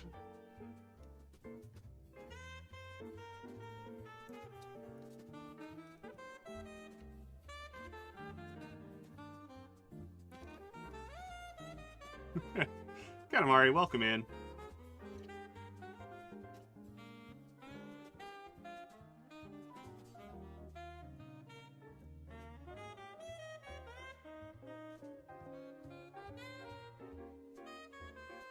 Yeah, metallics are almost always going to take more than 1 coat to get done, but that's okay. I also tend to do more than 1 coat anyways because I'm too cheap to buy the super expensive modeling paints that everybody says you need to buy. It's like, no, if you want to do everything in 1 coat, probably, but if you're okay with doing a couple of coats, there's no reason whatsoever to buy super expensive paints when you can buy the craft store paints for, you know, $1 or $2.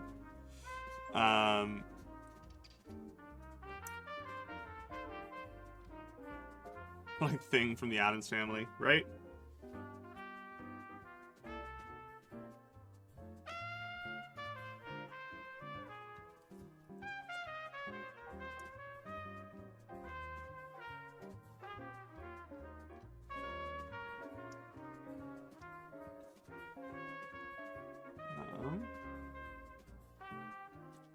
One thing that you might actually notice is I did do some cheer badges, and I don't know if they're in the cheer menu as well, but like Katamari, for instance, has the capacitor cheer badge. Johnny, welcome in. Yeah, a couple of extra coats and they're fine. Like, if you're trying to paint, you know, 400 models, or you're doing it professionally, then yeah, 100%, it's worth your extra time. But I'm here trying to manage my mental health with this stuff. It's kind of the process, so I'm really not trying to minimize the time. I'm trying to make it reasonable for myself. That's it. And like, I know some people find it a little frustrating, especially if you're working with some of your lighter pigmented colors, like your yellows and such. But you learn how to work around it, and, you know.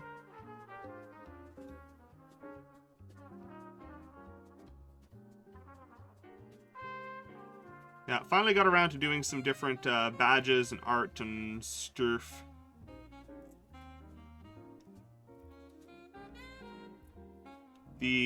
Honestly, the 3 size thing is what's really killed me on the bit badges and stuff. It's like, you're telling me that with all your infinite Twitchdom, you can't resize my my bit badges when you can resize literally everything else? Like, really? Come on.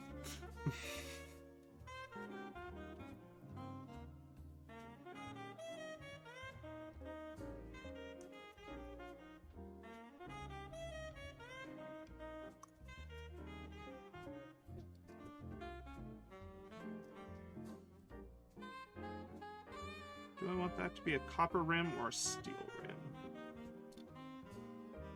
I think that to be steel, but then I do this panel here in copper, I think. Yeah, because like every time I went to do it, I'm like, oh, I could do this. And then I look at it, it's like, oh no, I need to take the time and re-export 9 versions of this. But, you know, if I have an emote, I can upload it in a size range of several thousand pixels, and they'll just fix it and make it look right. Like, why is that tool available on one piece and not the other?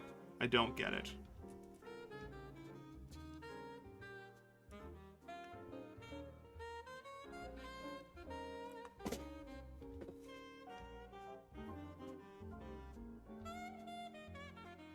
Wow, that's super washed out, eh?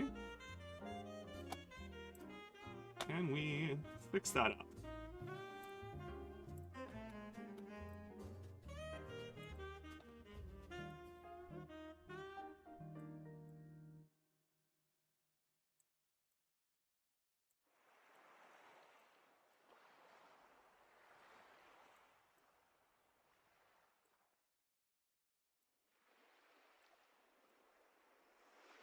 Pardon me while I do a thing with the buttons and the stuff.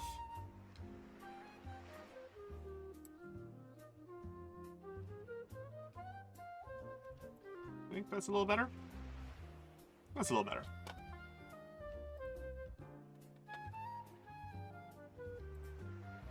Yeah, I just don't understand why. It's not about people caring about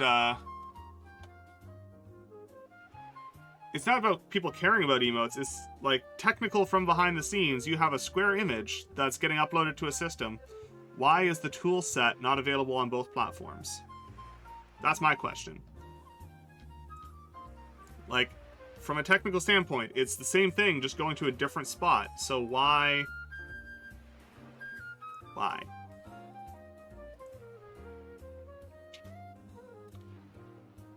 Don't understand.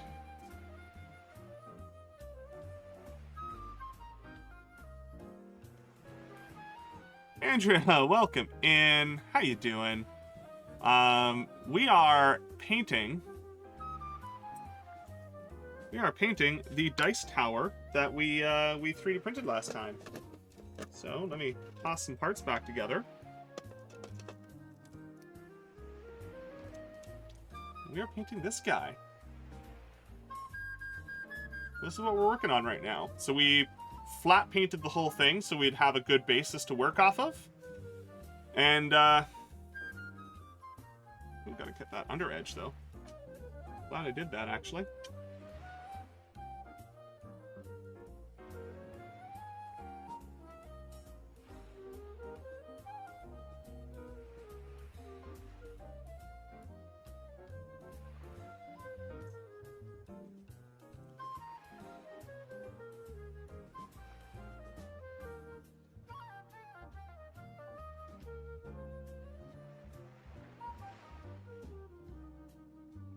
Just gonna... So you can see the difference. Like, this is what we're working with here on the white versus on the black. Like, it's a very, very different visual that we're working with, right? That's why, knowing I was going to use metallics, I wanted to use the black, but I missed that this was going to be a problem here, so that's okay. We're just going to have to take a couple of extra coats. It's not a problem.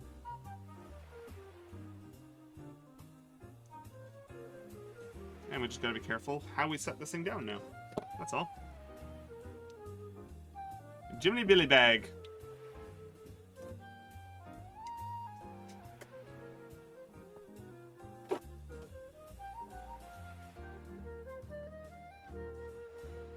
Yeah, we have one more piece that needs to get printed. This is the base. It was printing overnight. I ran out of filament. So what you do in that instance is you grab this, you measure, and you go, all right, that was 19 millimeters. So you go to your 3D model, you cut 19 millimeters off the bottom, and then you reprint it. So you don't waste all this material and print time. However, I don't think I've actually shown off.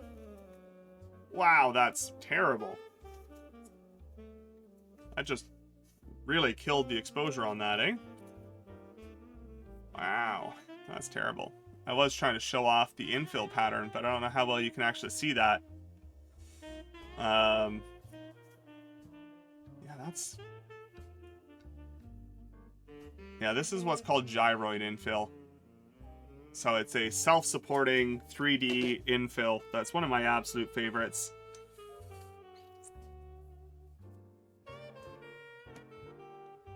Alright, let's mix ourselves up some woodcolor.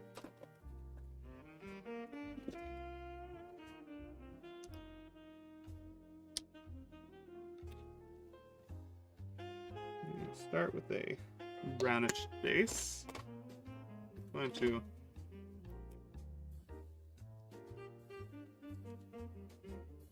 a little bit of that. And this. A bit of that. There it is.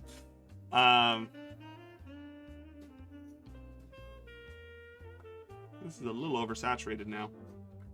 This is annoying.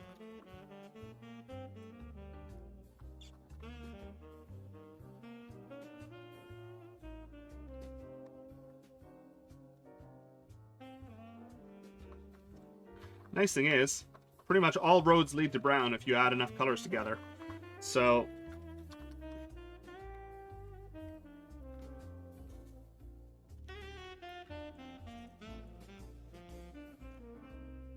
I think I want to go a little bit of white in there, lighten that up a tiny bit. Okay, that one's dead. So no sensor on your 3D printer for the filament. No. I've looked at and thought about implementing them a number of times. Generally, they don't work as well as you want them to, which is unfortunate, but kind of the reality. And unfortunately, with all of that, brown was always my specialty in art class. Let's make that and that. Yes, okay. Let's make a little bit of a dark color over here. So I've looked at them. The big thing is those systems, which do exist and mostly work, tend to rely on the because there's basically two filament faults that you need to try and catch. One is the absolute basic filament running out, and then the second being the filament jamming. And usually those are two inside of the same system, which tends to not work as well as you want. Detecting when the filament is actually jammed is actually really hard without adding undue stress to the system, liable to create a jam itself. I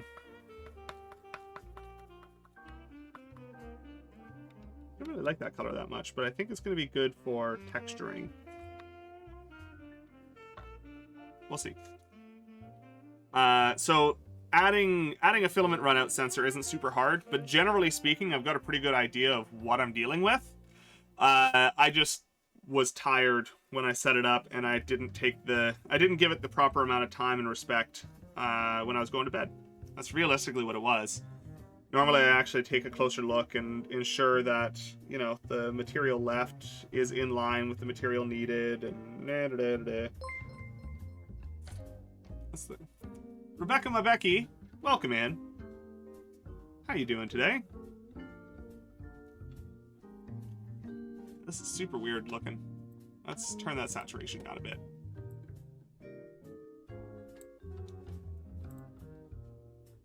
It's a little better.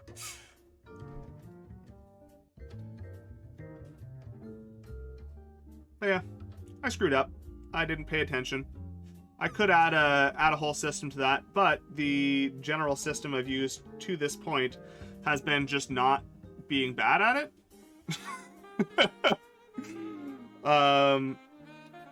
With enough experience, it's actually really easy to tell when you're going to run out of filament, and I think I've only ran out of filament a couple of times, and usually it's, I don't know if I actually have enough material left,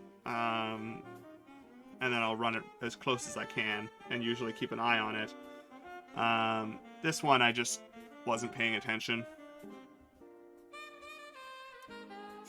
General system.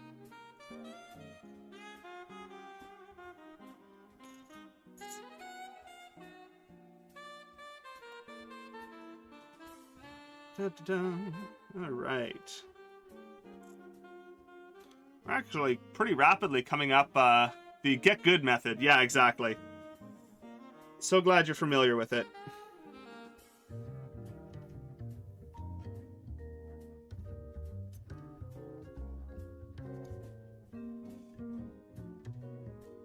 I weigh my filament spool before I start the print. That worked pretty reliable so far. That is probably a little bit more intense than I tend to go. Again, it's one of those weird things. Like, I wouldn't be able to describe to somebody why I could tell whether or not it's going to run out. Just like, right, looking at it there. Actually, there is one way that you can do. 1 second.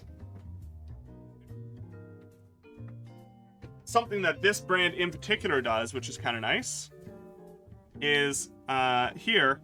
It gives you measurements along the side for diameter to length and mass. So that is one kind of more tangible system you could use. Kind of look at what's left on the spool and see roughly how much mass that is versus the rest of it. The print was pretty marginal. Honestly, I really like Overture. Not sponsored, but I do. However, if they did want to sponsor me, I'd be very, very happy about that, because I really like Overture filament. One of the best budget filaments on the market right now. Very consistent quality control.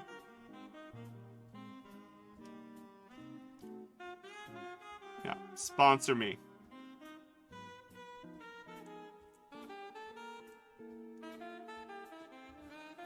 I mean, realistically, I have helped sell a bunch of their filaments, but that's not a really controversial opinion, because there's a lot of people that noticed and say the exact same thing as me.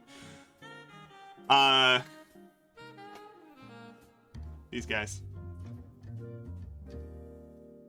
I found some PLA to be a little bit more inconsistent than I was willing to deal with. Had more jams with that brand than otherwise.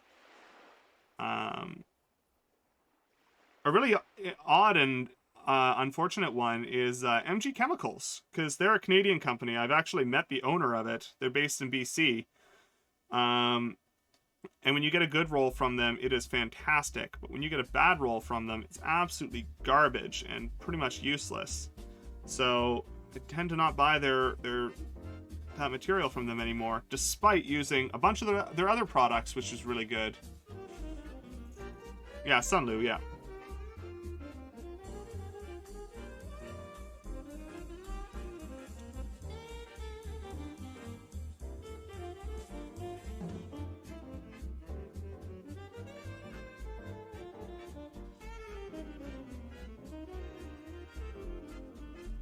If we can get a couple of nerdy sponsors on here, that'd be cool. Get some free electronics test gear and all that good stuff. You want me to say nice things about your power supply? Well, I'll compare it against my one from the 70s.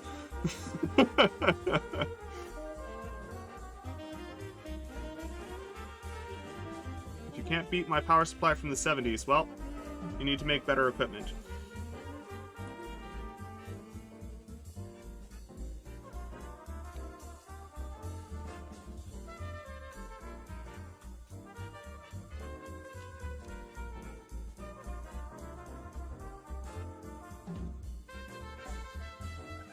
Yeah, every year Keysight does a massive giveaway of a whole bunch of equipment, and every year I enter, and every year I don't get anything.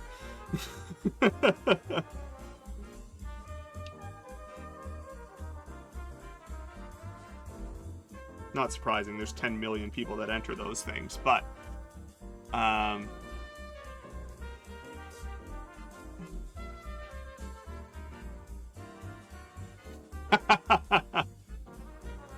Carrot heard sponsor and just started vibrating, was like, ooh, let me do it. I'm like, Carrot, you do what you're best at. You make it happen. I have full faith in you. If anybody can get me a sponsorship from them, it is 1000% you.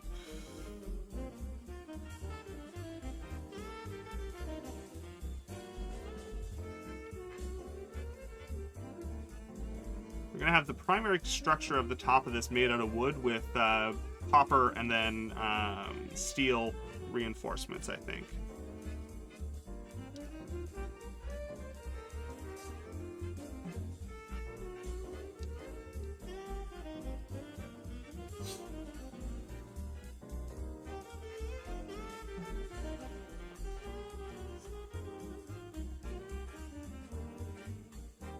Yeah, enter commands you to enter the chat. I was happy with my little joke to Clever of like, what did I miss? Exclamation enter. Yeah, Carrot won so many giveaways last night. It was really fantastic.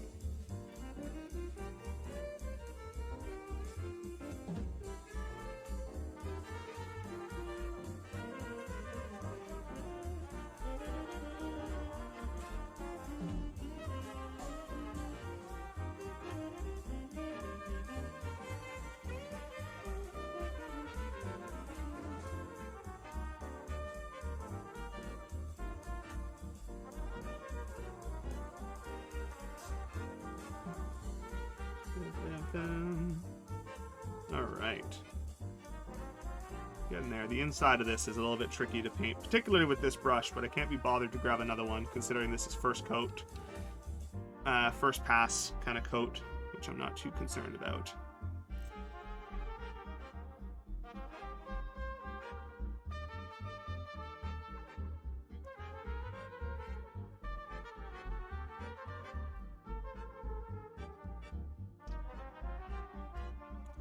So I use Extruder Green Tech Pro, a bit more expensive, but I prefer it now over the other filament. Yeah, I've used a couple of more expensive brands and enjoyed them when they went on sale, but I do so much 3D printing, and most of it is non-structural in any real sense of the word. So I generally can't justify the extra expense. Same as like my resin printer, you know, I had to buy a specific bottle of resin for the dice casting, and that was great, and that's fine, but my general casting is always going to be done with, you know, pretty much the cheapest possible material. Even if it's slightly harder to work with, I just can't afford the more expensive materials for no reason. General casting?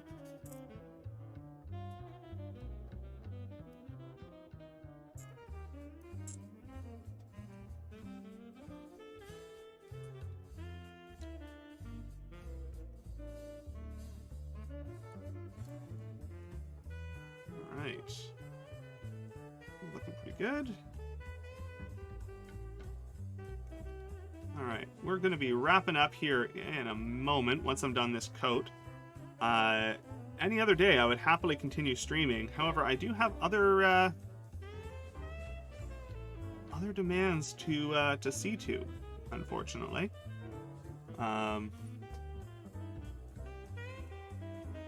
Which I know is preposterous, and how dare I? But at the end of the day, I have D&D to run.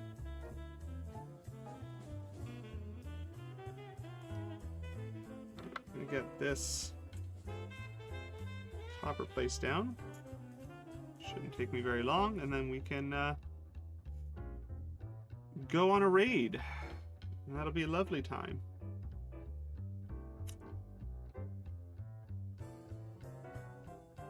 I have to do one more coat of that brown anyways, so I'll go over a little bit. It's not the end of the world.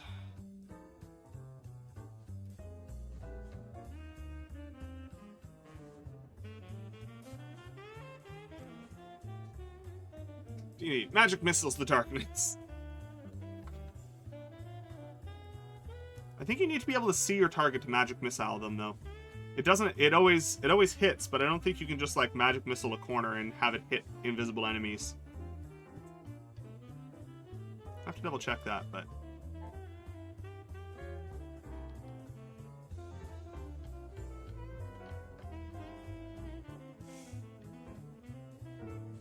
they definitely do be covered in paint. Yes, but unfortunately what you failed to account for was the darkness was magical in nature. Something is in the darkness, creating this void, unpierceable by your dark vision.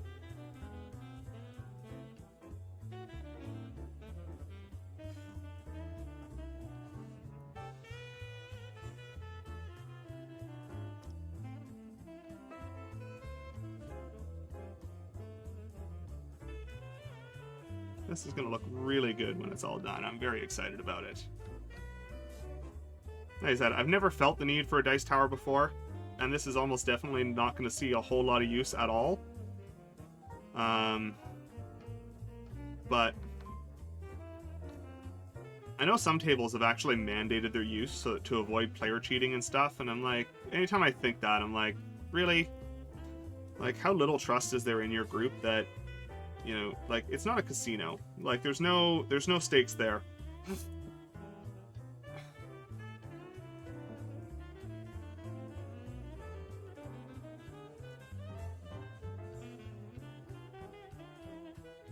feel like you might be playing a slightly different version than we're working with here. Magical darkness cannot be pierced by standard dark vision.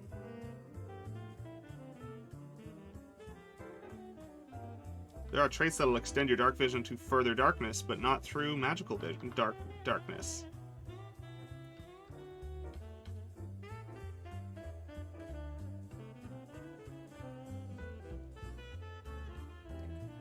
Yeah, I'm really pleased with how it already looks. Yeah, it's kind of cool. It's going to be look even cooler because we're kind of approaching the Valley of Suck at the moment, where everything looks really nice because we got it flat painted, and then we're going to be going through and creating this weird streaky mess. And then we're going to keep pushing, and it's going to look nice again. And then we're going to go through and texture it, and it's going to look like garbage again. And onward and onward and onward and round and round. As is the nature of literally every project ever.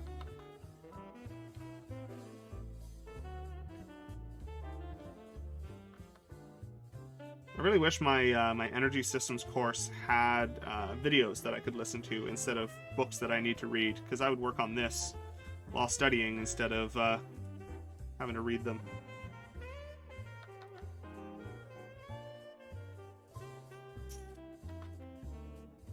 Alright, there we go. Alright, so I can set that there to dry. I think I created a big thumbprint in the copper that I just very carefully put down, but that's okay. That is okay.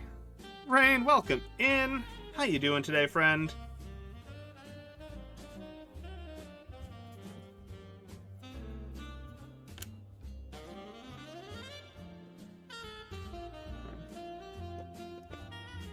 Not a whole lot I can do to show this thing off without More of a Pathfinder. Yeah, Pathfinder is a whole different system for sure. I've been wanting to try it just to see what I want to steal from it, but haven't gotten around to doing that. Here's what we managed to accomplish on stream today, Rain. Got flat coat. Came home from a kid's birthday party about an hour ago. Oh, that's nice. Got our flat coat done. Getting our detailing done on the top. Need the main body to dry up a little bit more. It's still a scooch tacky. And then we're going to start going through and going to try and make it look like that. Or at least something similar to that. Alright. So. We have... Who do we have going on right now? Oh, well, that sounds like exactly where we're going.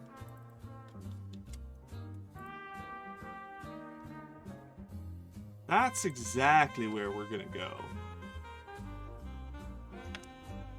And I think anyone familiar with where we're going is gonna understand at this point who my current raid target is.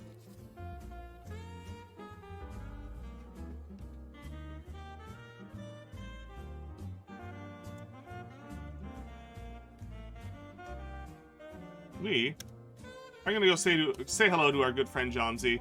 They are just starting stream. They are starting out with getting some loop pedal goodness going.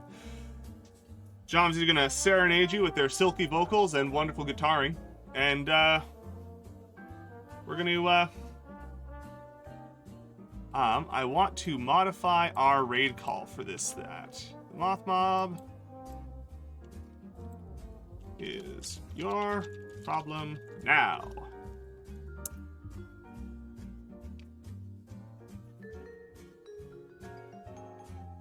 Mothman's tired, we're your problem now. I mean, I don't know, what do you think? Boop? Or Scream? Love that for us. Ooh, Carrot, you just killed it. Fantastic job. Fantastic job, Carrot. Thank you so much. Alright. Thank you all for hanging out with me. Thank you for spending your weekend with me. Spent a little time with me this morning. Really enjoyed painting that. We'll see what we're going to be doing on Thursday. We might be painting it. We might be working on something else. Who's to say? Keep an eye on Discord. And I hope you all have a wonderful weekend. Bye.